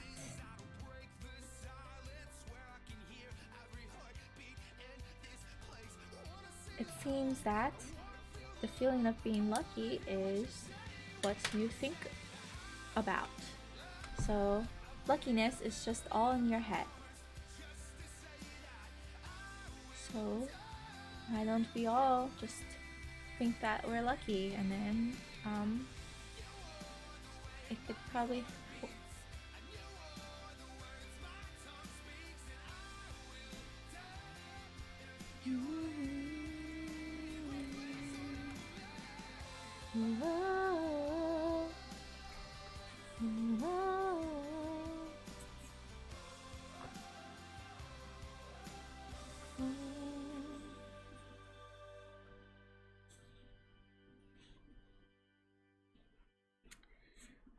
but this is very interesting that lucky people generate their own good fortune.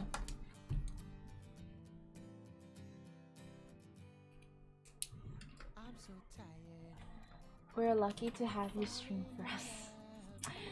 Thank you. Well, I myself am lucky to have you guys be here with me in my stream. You're too realistic to believe in luck, unluck, religion, fate. What else? I think, yes, the concept of luck is very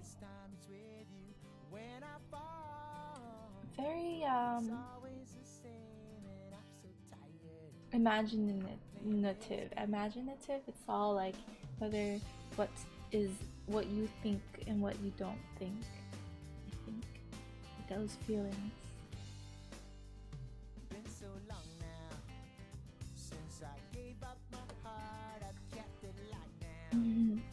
But yeah, I am very lucky to have you guys as my viewers, and the viewers that I do have. I think I'm very lucky to have them. So I do know me as a person. I do always feel, for the most part, I feel like I'm lucky, and I think that it's the mindset that we can have and we adopt. Like the study says, people are not actually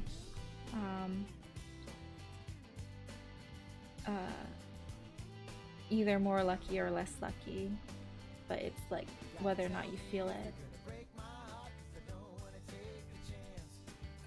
There's a different meaning of being lucky though, right? You don't think it was really luck that brought us here?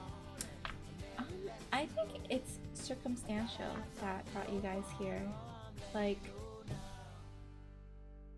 if I wasn't streaming Guild Wars 2 during the times you were looking for a Guild Wars 2 stream, then I wouldn't have encountered you, Moonshiki. So in that sense, I feel like it happened. I feel like that's lucky.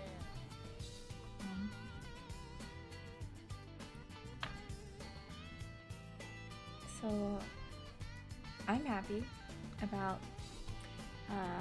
the events that played out.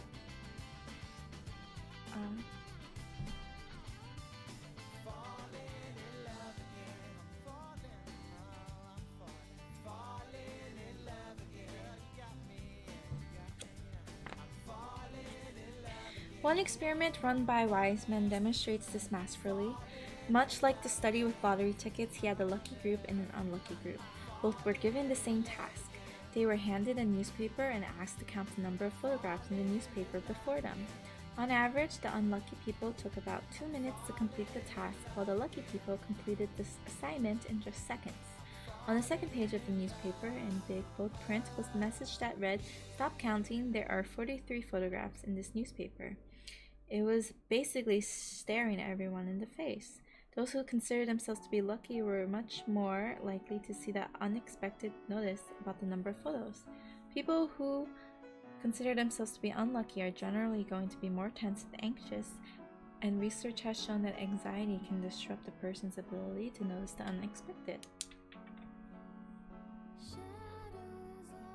That's very interesting. Me seeing you play was just randomness. Me being here is because you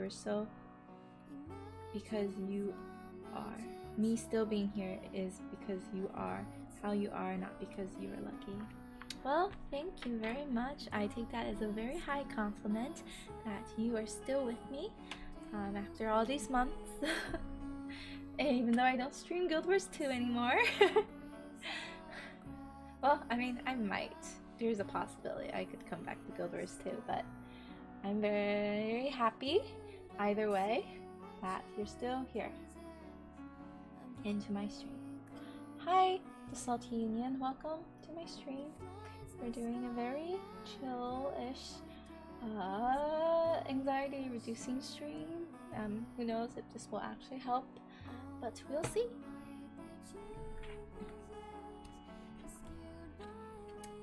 So yes, we are reading a book. You might leave though if you don't soon play Magic. I won't play Magic with you. I will do it. I'll do another Magic stream. Don't worry. Sounds nice. Ooh, I'm glad this sounds nice. Glad it sounds nice. These people don't turn their lives around by flicking a switch to be more optimistic or positive in their thinking. Besides being able to see more information, lucky people behave differently as well. Wow. To open themselves up to new opportunities, they may vary their routes to walk. They engage in conversations with strangers at Starbucks, and they read articles about topics they know nothing about. Lucky people know that they increase their chances of seeing the world differently, taking a different route to work, and making new friends, talking to strangers by creating chance opportunities. That is definitely me. I talk to lots of different strangers, and I always try to take different routes just because I like seeing new things and new roads and stuff, and exploring. Another area in which lucky people perform unlucky people is when they experience bad luck. When something unfortunate happens to a lucky person, they are inclined to reframe the event to see it in a more positive light. In another Wise Men study, participants are asked to imagine that they are standing in a bank and suddenly an armed robber walks in and shoots them in the arm. The unlucky person might say, "Yes, that's just my luck. I'm a magnet for bad things happening."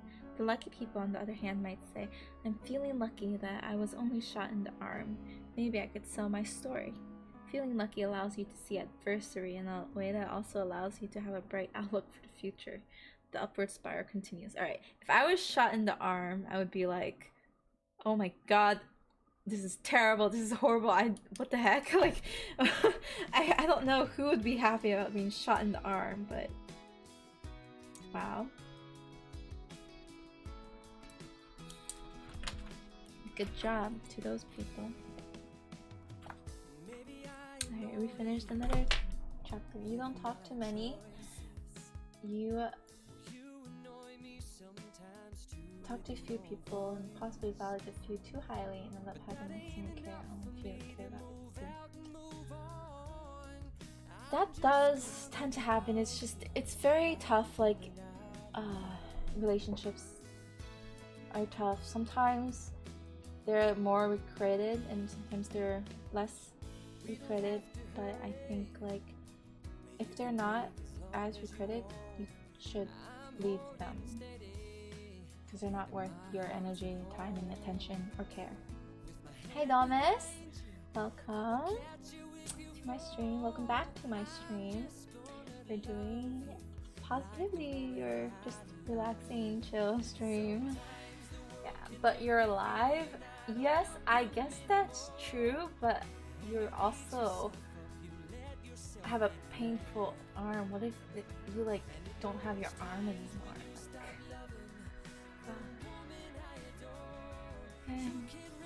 tough. But anyway, let's just all hope we don't get shot in the arm. So that will solve everything.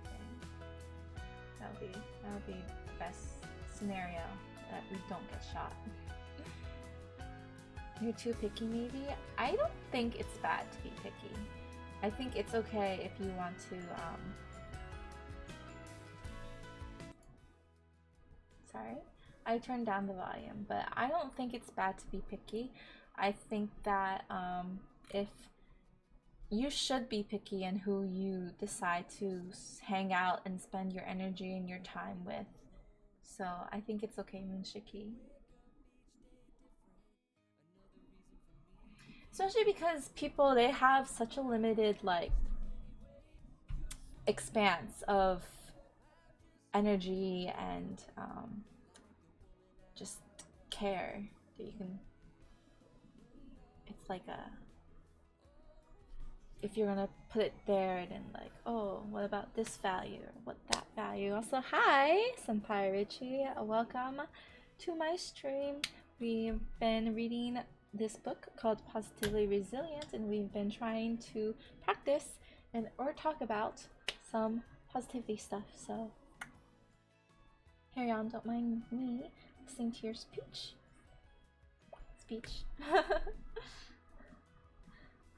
But yeah, we're just we were just reading and talking and discussing.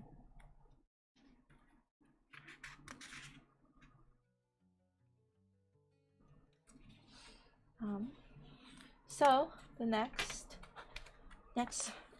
portion is failure leads to success. Another unconventional way to build your optimism is to embrace failure. On the face of it, this seems like the opposite of the optimistic thinking we're used to when we expect things to work out. Failure and adversity are inevitable to life. Thinking you are going to get promotion you've been seeking for the past year probably makes you more likely to get it. Recognizing that it might not happen and being willing to learn from it if it does not happen is a critical skill. Optimistic thinking is probably the most powerful after an adversity. This sounds easier than it really is, and let's not forget that context matters with failure as well. If you're a cardiologist in a life or death surgery, I would not ask you to embrace failure.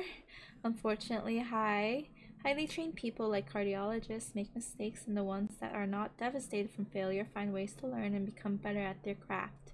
In other situations we encounter every day, such as cooking dinner, interviewing job candidates, running meetings, and coaching little league teams, the stakes are not necessarily life or death. In these situations, we may actually benefit more in the long run from failure. In fact, many of the entrepreneurs in Silicon Valley that brought us Facebook, Google, Uber, and other incredible technologies actually look for ways to fail quickly. By trying something that is low cost and fails quickly, a business can remove that option from its product development list. Knowing that failure is just around the corner opens you up to less disappointment and more of a curious mindset to learn from your mistakes. Dweck's research at Stanford regarding mindsets went a step further with kids in their classroom. She found that kids who had learning goals actually outperformed kids who were striving for A's or B's. It turns out that seeking an A, for instance, may make one avoid taking on more difficult material. When the focus is on learning, failure and mistakes are an afterthought. You're not doing any of those every day. You're not doing any of those every day. What? What are you not doing every day? Here are some other interesting ideas with regard to failure and its impact on our optimism and self-efficacy. Mistakes force us to slow down and contemplate our goals, our processes, and our performance. Success makes us go faster. Most people don't read the instructions on a new product. They prefer to act and reflect on their progress. Hope can actually impede an adaptation. If you are truly stuck with a permanent situation that does not meet your expectations, find a way to live with it. People who are willing to fail are more likely to take calculated risk and therefore achieve more. Hopefully, some of this can help you think differently about failure and how it is a natural part of life and the progress towards an important goal. Robert Biswas Steiner, author of The Courage Quotient, helps us understand the most important elements of coping with risk and failure. Courage. Biswas Steiner offers a simple yet intelligent way of thinking of courage by imagining it as a math equation. The courage equals willingness to act divided by fear.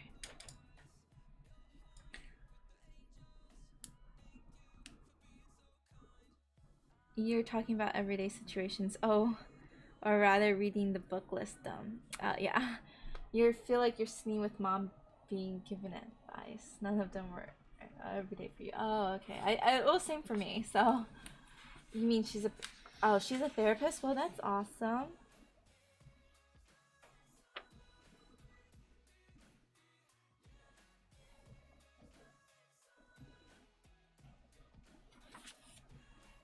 That's awesome that your mom is.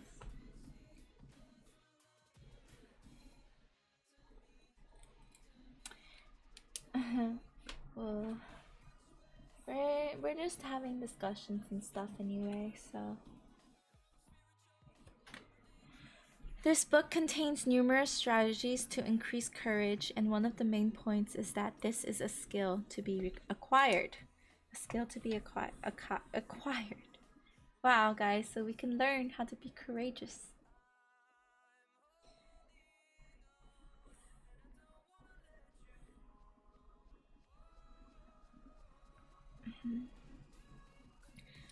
Looking at it as an equation helps make it solvable and gives us a target. We can focus on our willingness to act or reducing fear.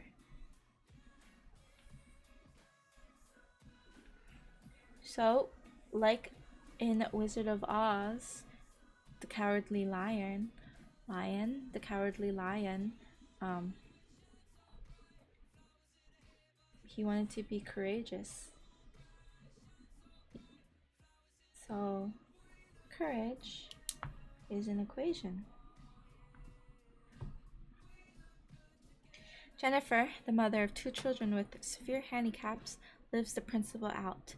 She conjured up the courage to leave her first husband and raise the kids on her own. Jennifer barely knew how to use a screwdriver.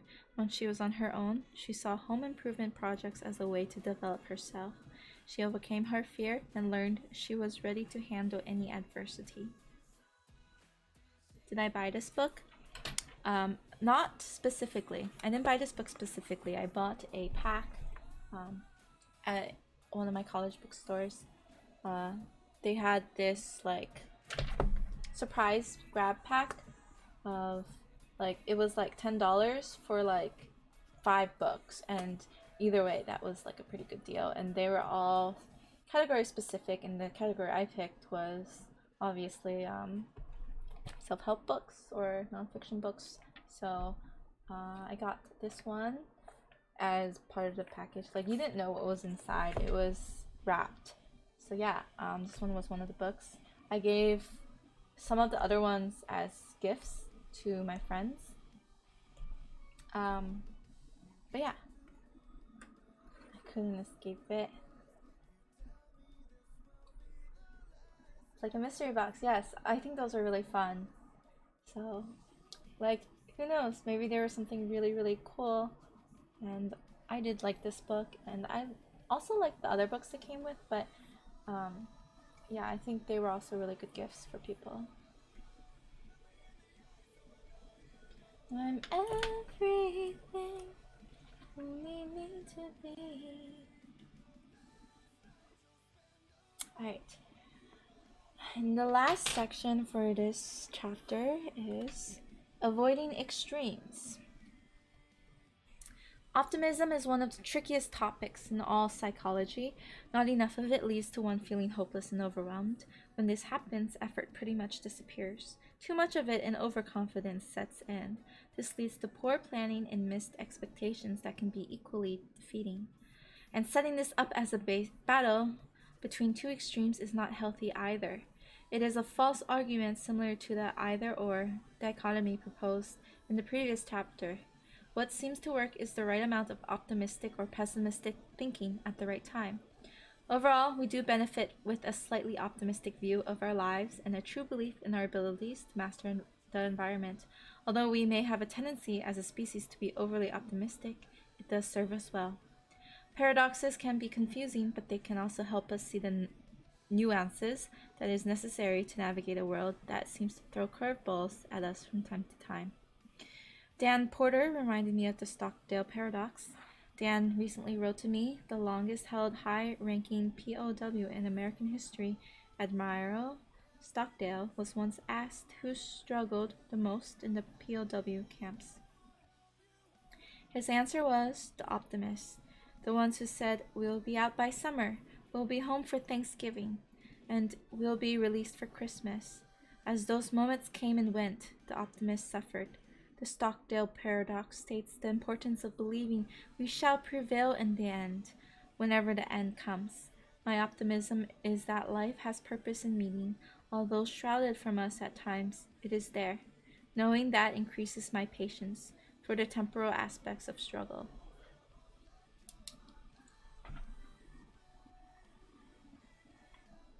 That's very interesting, I think. That concept is very, very interesting.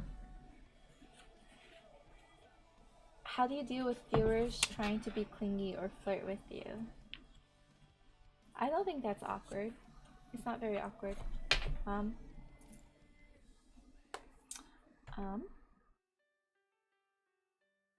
I haven't really... I haven't really experienced viewers trying to be clingy or flirt with me, so I think it was okay.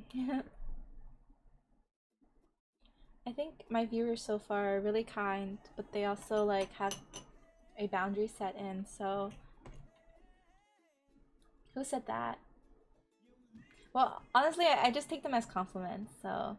I'm like the kind of person who, like, I walk down the street and if I get catcalled, I take it as a compliment.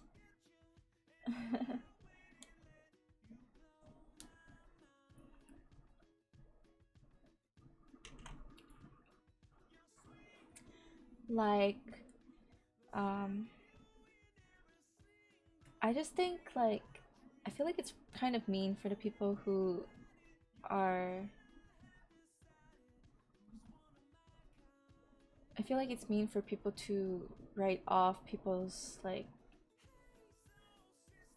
you know, advances and stuff. I think it's kind of nice, so...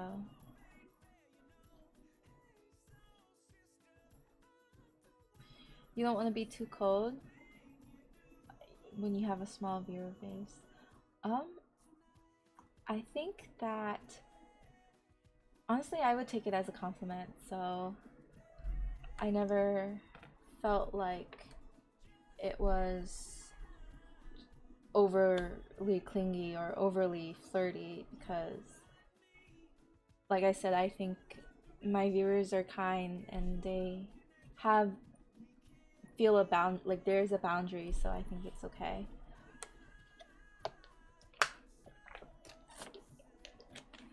You have seen surprisingly few people like this here. I mean, hey, you cute.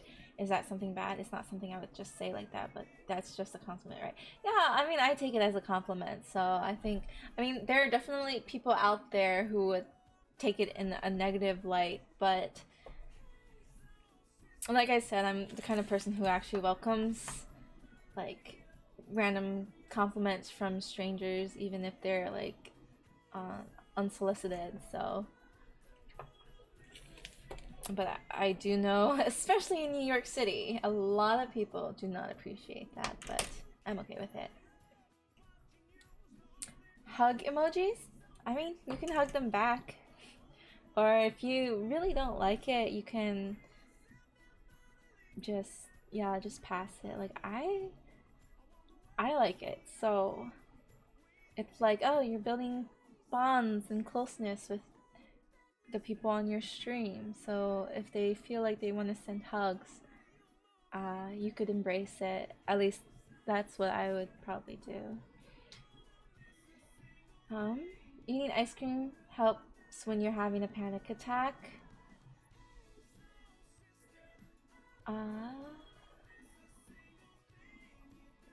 Yeah, I guess eating ice cream does help when you're having a panic attack.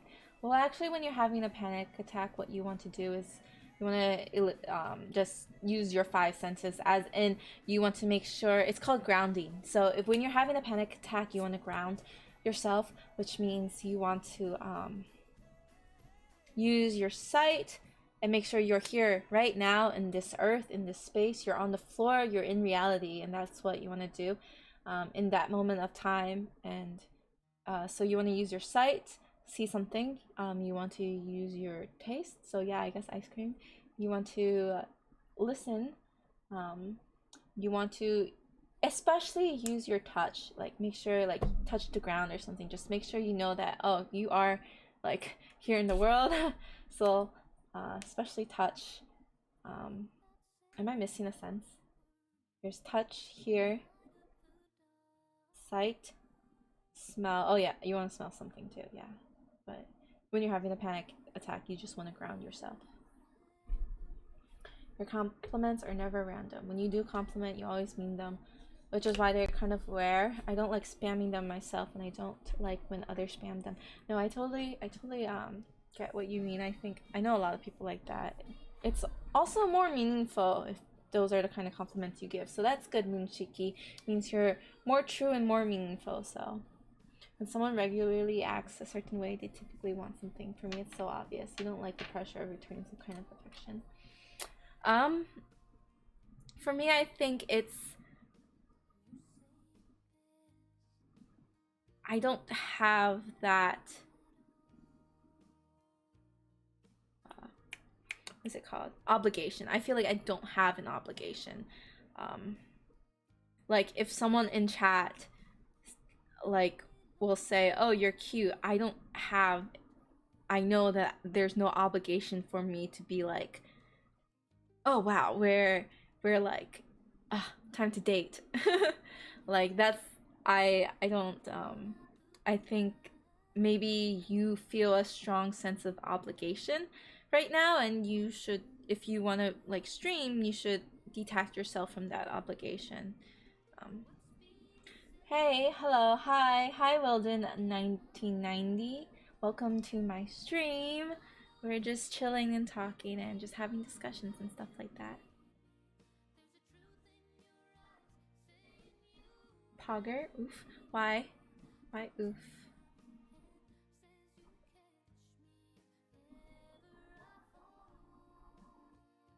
Like I'm just saying like you shouldn't feel too burdened. Like also it's probably like I receive just a lot of compliments in general, so I don't think that it's like someone's trying to be sneaky with the compliments.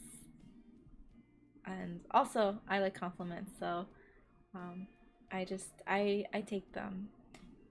So I don't yeah. You agree with you, but you have Discord open all the time, it never stops. Yeah, compliments definitely are taking many different ways, depending on who the person is. You use them with meaning because that one compliment could change a person's day. Yeah, actually, there are many times when I know this probably sounds silly, but there are many times when I feel like I look really bad that day and I look really gross. But like I would go outside and then people would be like, "Oh, you're beautiful," and I was like, it literally would lift me up. So yeah, it's um, those are very interesting. It really can lift you up, and also I give lots of compliments out myself. So, but I am beautiful. Thank you. I'm sure you guys all are beautiful too, and even if you don't think so, in your own ways, I believe everyone can be beautiful. I think beauty is very subjective as well. Can't stay though. Have a good stream. Okay. Well, thank you, Wilden, for dropping by. Thank you for dropping by. All right. It might help putting yourself in the role of someone who does not get compliments. Imagine yourself when people never tell you you are pretty, you are nice, they like you, etc. There are actually many people who do not get complimented often, and you might have a very different view if you never got any. You look nice. Just wanted to hop into one of your streams. It's been cool talking to you a bit. Hope to talk to you more. Oh, okay. Well, yes, thank you, Wilden. Thank you very much for that compliment, and I hope you enjoyed, and it was great to be able to chat with you as well. Great to see you. All right, but yeah, I guess it might help putting myself in the role. Also.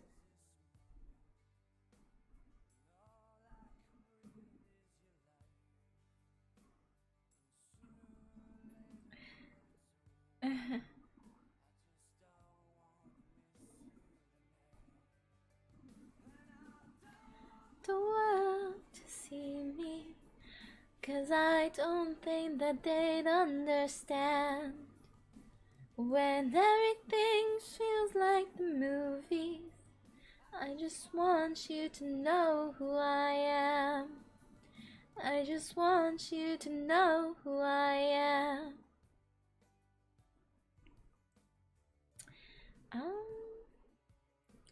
But I think even if you don't get compliments very often, it still like depends on your mindset on how you receive them.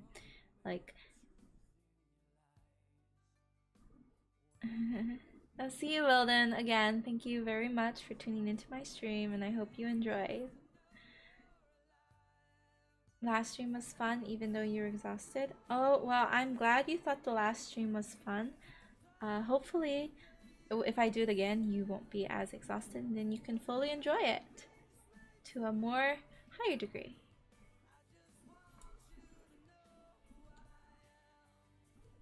I just want you to know who I am.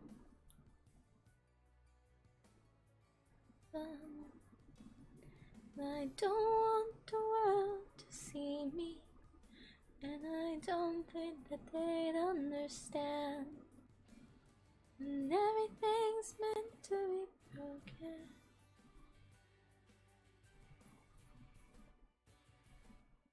Or when you see me in there. I'm usually not in my Discord. I was trying to experiment, but I think, yeah, I kind of like talking to other people. It's kind of fun. It's funny. People are funny, so I think I would probably do it again. And yes, Drawful is nice, so we could do another Drawful stream again, and we'll see how that goes. I know you barely use Discord, yeah. I'm funny? Well, thank you. I'm glad you think I'm funny. Oof.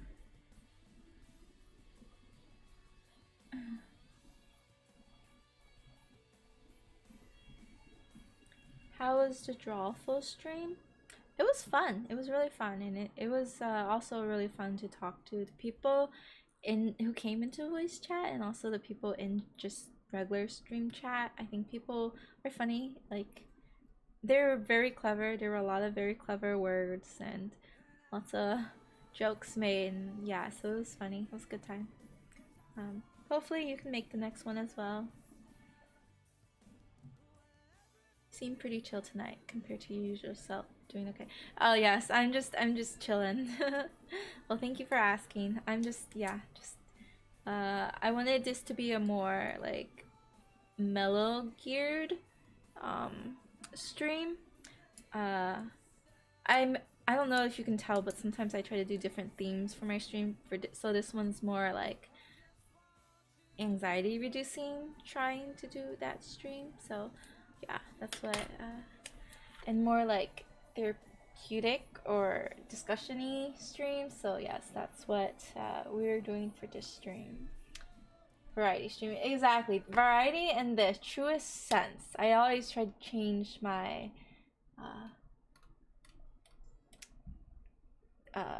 approach and stream styles and stuff, if you can't tell. I'm just mixing it up all the time. So it's chill because you're low energy when you stream. You like this more because you are unable to buy hype. Most of the time there are rare cases when you can be always early morning.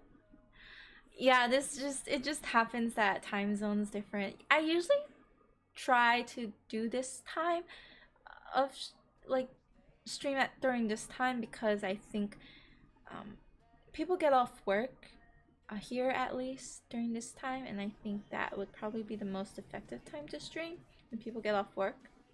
So yeah, that's why I'm usually trying to stream at this time if I am streaming on a random day. Yeah.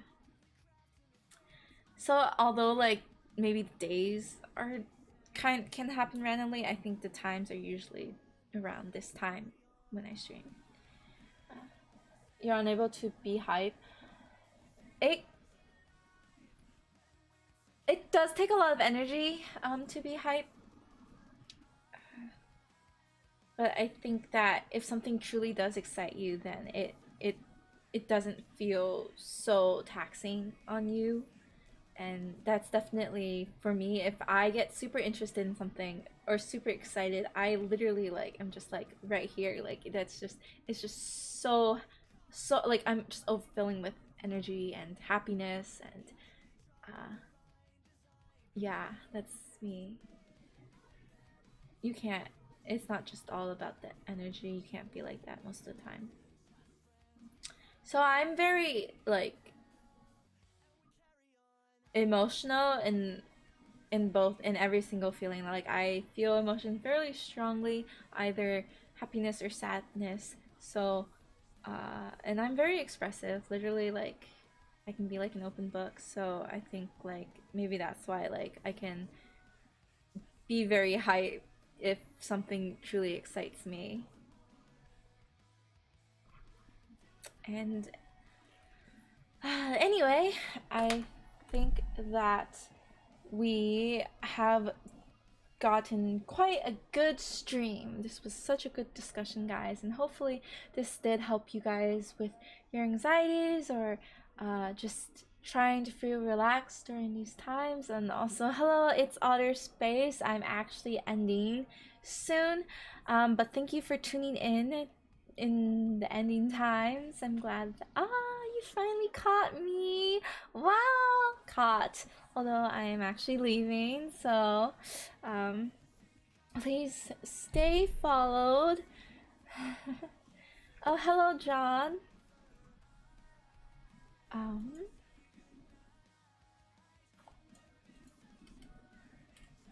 there are many Johns, so uh,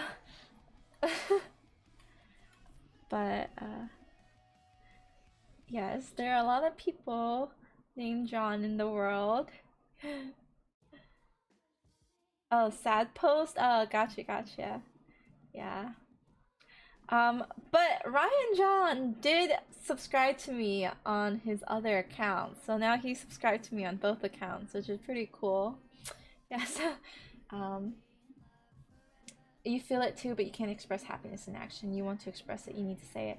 Yeah, sometimes expressions are harder, but as long as you can embrace your emotions, I think it could be easier for you to actually express them in like expressionness. But yes, welcome. It's Outer Space. Thank you for tuning in. Thank you, John. Um, hi, Preset. I'm sorry, I'm actually leaving right now, or very, very soon. But I'm very glad that you were able to catch me, or I was able to catch you too. Very glad that we were able to catch each other. Good idea. You wrapped up the emotional talk quickly. Well, um, I think that we had good discussions, guys, and hopefully you guys also felt that as well. Oh, I think honestly, you guys can talk to me about anything or anything. Literally, just talk to me about anything. I'm always open to talking about whatever's on your mind or whatever questions you have or whatever you feel pertinent in talking about. So literally everything is okay. And yes, the Salty Union, yes, I agree. I hope everyone has a wonderful night. And thank you again, guys, for watching.